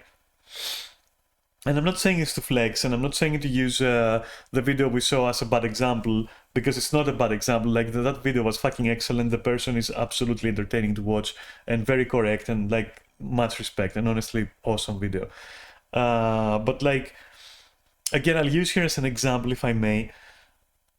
Like when I tell you that I'm like that I myself am a goth girlfriend and I'm a trans person as well, I don't know, looking at me, maybe you're expecting that I too will have like super wild makeup, I'll have like super crazy piercings, like tattoos everywhere, whatnot. And yeah, it's nice to have this if that's yourself. Like the young lady that we were just watching. This young lady that we're watching right now is goth and trans and everything else in her own way. And so should you. And you should be appreciated for that, okay? Not for how close you are to something else. And that's very important, and especially when it comes to gender and like, the various types of dysphorias that one might have. For example, voice dysphoria or I don't know, like anything, okay? Or body dysphoria. I mean, a lot of it comes from that, okay? From those standards. And I don't understand how this is not like more, more widely known. Like we already went through that shit with the Barbie doll thing, okay? We don't need it again, okay? And we don't need to fetishize things. And I don't know, it's like, I don't know, I hope people outgrow this phase real fast. I hope that the younger generations actually do outgrow their stupid fucking anime phase really fast. Because like, and when I say stupid fucking anime phase, I'm not talking about appreciating Asian art, Asian, like, manga and anime as a media. I'm talking about, this stupid, like, oh, we're gonna get me like a wild anime blonde girlfriend who sounds like a pipsqueak. That's what I'm talking about, okay? So yeah, you make yourself what you need it to be, okay? And on your journey to do that, question yourself and why you've chosen to be a certain way. Because maybe some of it is because of like peer pressure or unrealistic goals and expectations, okay? And so yeah, I'm just gonna leave you with that, I suppose. I don't know, maybe this is way too fucking corny or something, or a cliche, but with how stupid people are these days, maybe it's worth like, saying that stuff. I don't know. Maybe it's worth saying that stuff. Which is sad. That's miserable. But there you go. And if you are one of those people who feels like they're peer pressured to declare trans, to state that they're a trans person just to get some fucking acknowledgement or friends or something, hey buddy, you know what? Just find the right kind of people, okay? Because if you're being peer pressured into that, you're obviously among like the wrong people, okay? And PP goes hard is not like the solution to everything. I'm sorry, okay? And also PP goes hard isn't a good criteria for like anything these days, because it's just too easy to achieve anyway, okay? I mean, look at me, for example. Your PP should be hard right now, okay? It's that easy. All right, so I'm gonna like close it here. I couldn't help it, okay? I'm sorry, I couldn't fucking help it. Also not sorry, but like, yeah, I don't fucking know. I hope you got something out of all this. I hope that hey, maybe you found out about this young lady that we watched, and now you will watch more of her, which is, hey, that's nice. That's good. She deserves it. And if you enjoyed this, consider hitting the subscribe, follow, notification, bell button ring thing that does the thing and lets you like, eventually subscribe to me so I can get some money so I can eat. I'm just joking. The last bit I was joking. But yeah, you know, you do you, okay? I don't care, honestly. In a very sweet way, I don't care what you're gonna do. Though I do appreciate it if you do actually do any of those things, okay? I'm not good at self-inserting, sorry, I'm just awkward at that. I have a YouTube channel, you know? Alright. Damn, like I'm really not good at this shit, honestly. But all the same, I hope you enjoyed this. I hope you were entertained. I was. I'll see you on Monday for Cyberpunk and on Tuesday for Skyrim, okay? Have a great day, no matter what you do. Stay safe, stay healthy, examine your thoughts, okay? Bye.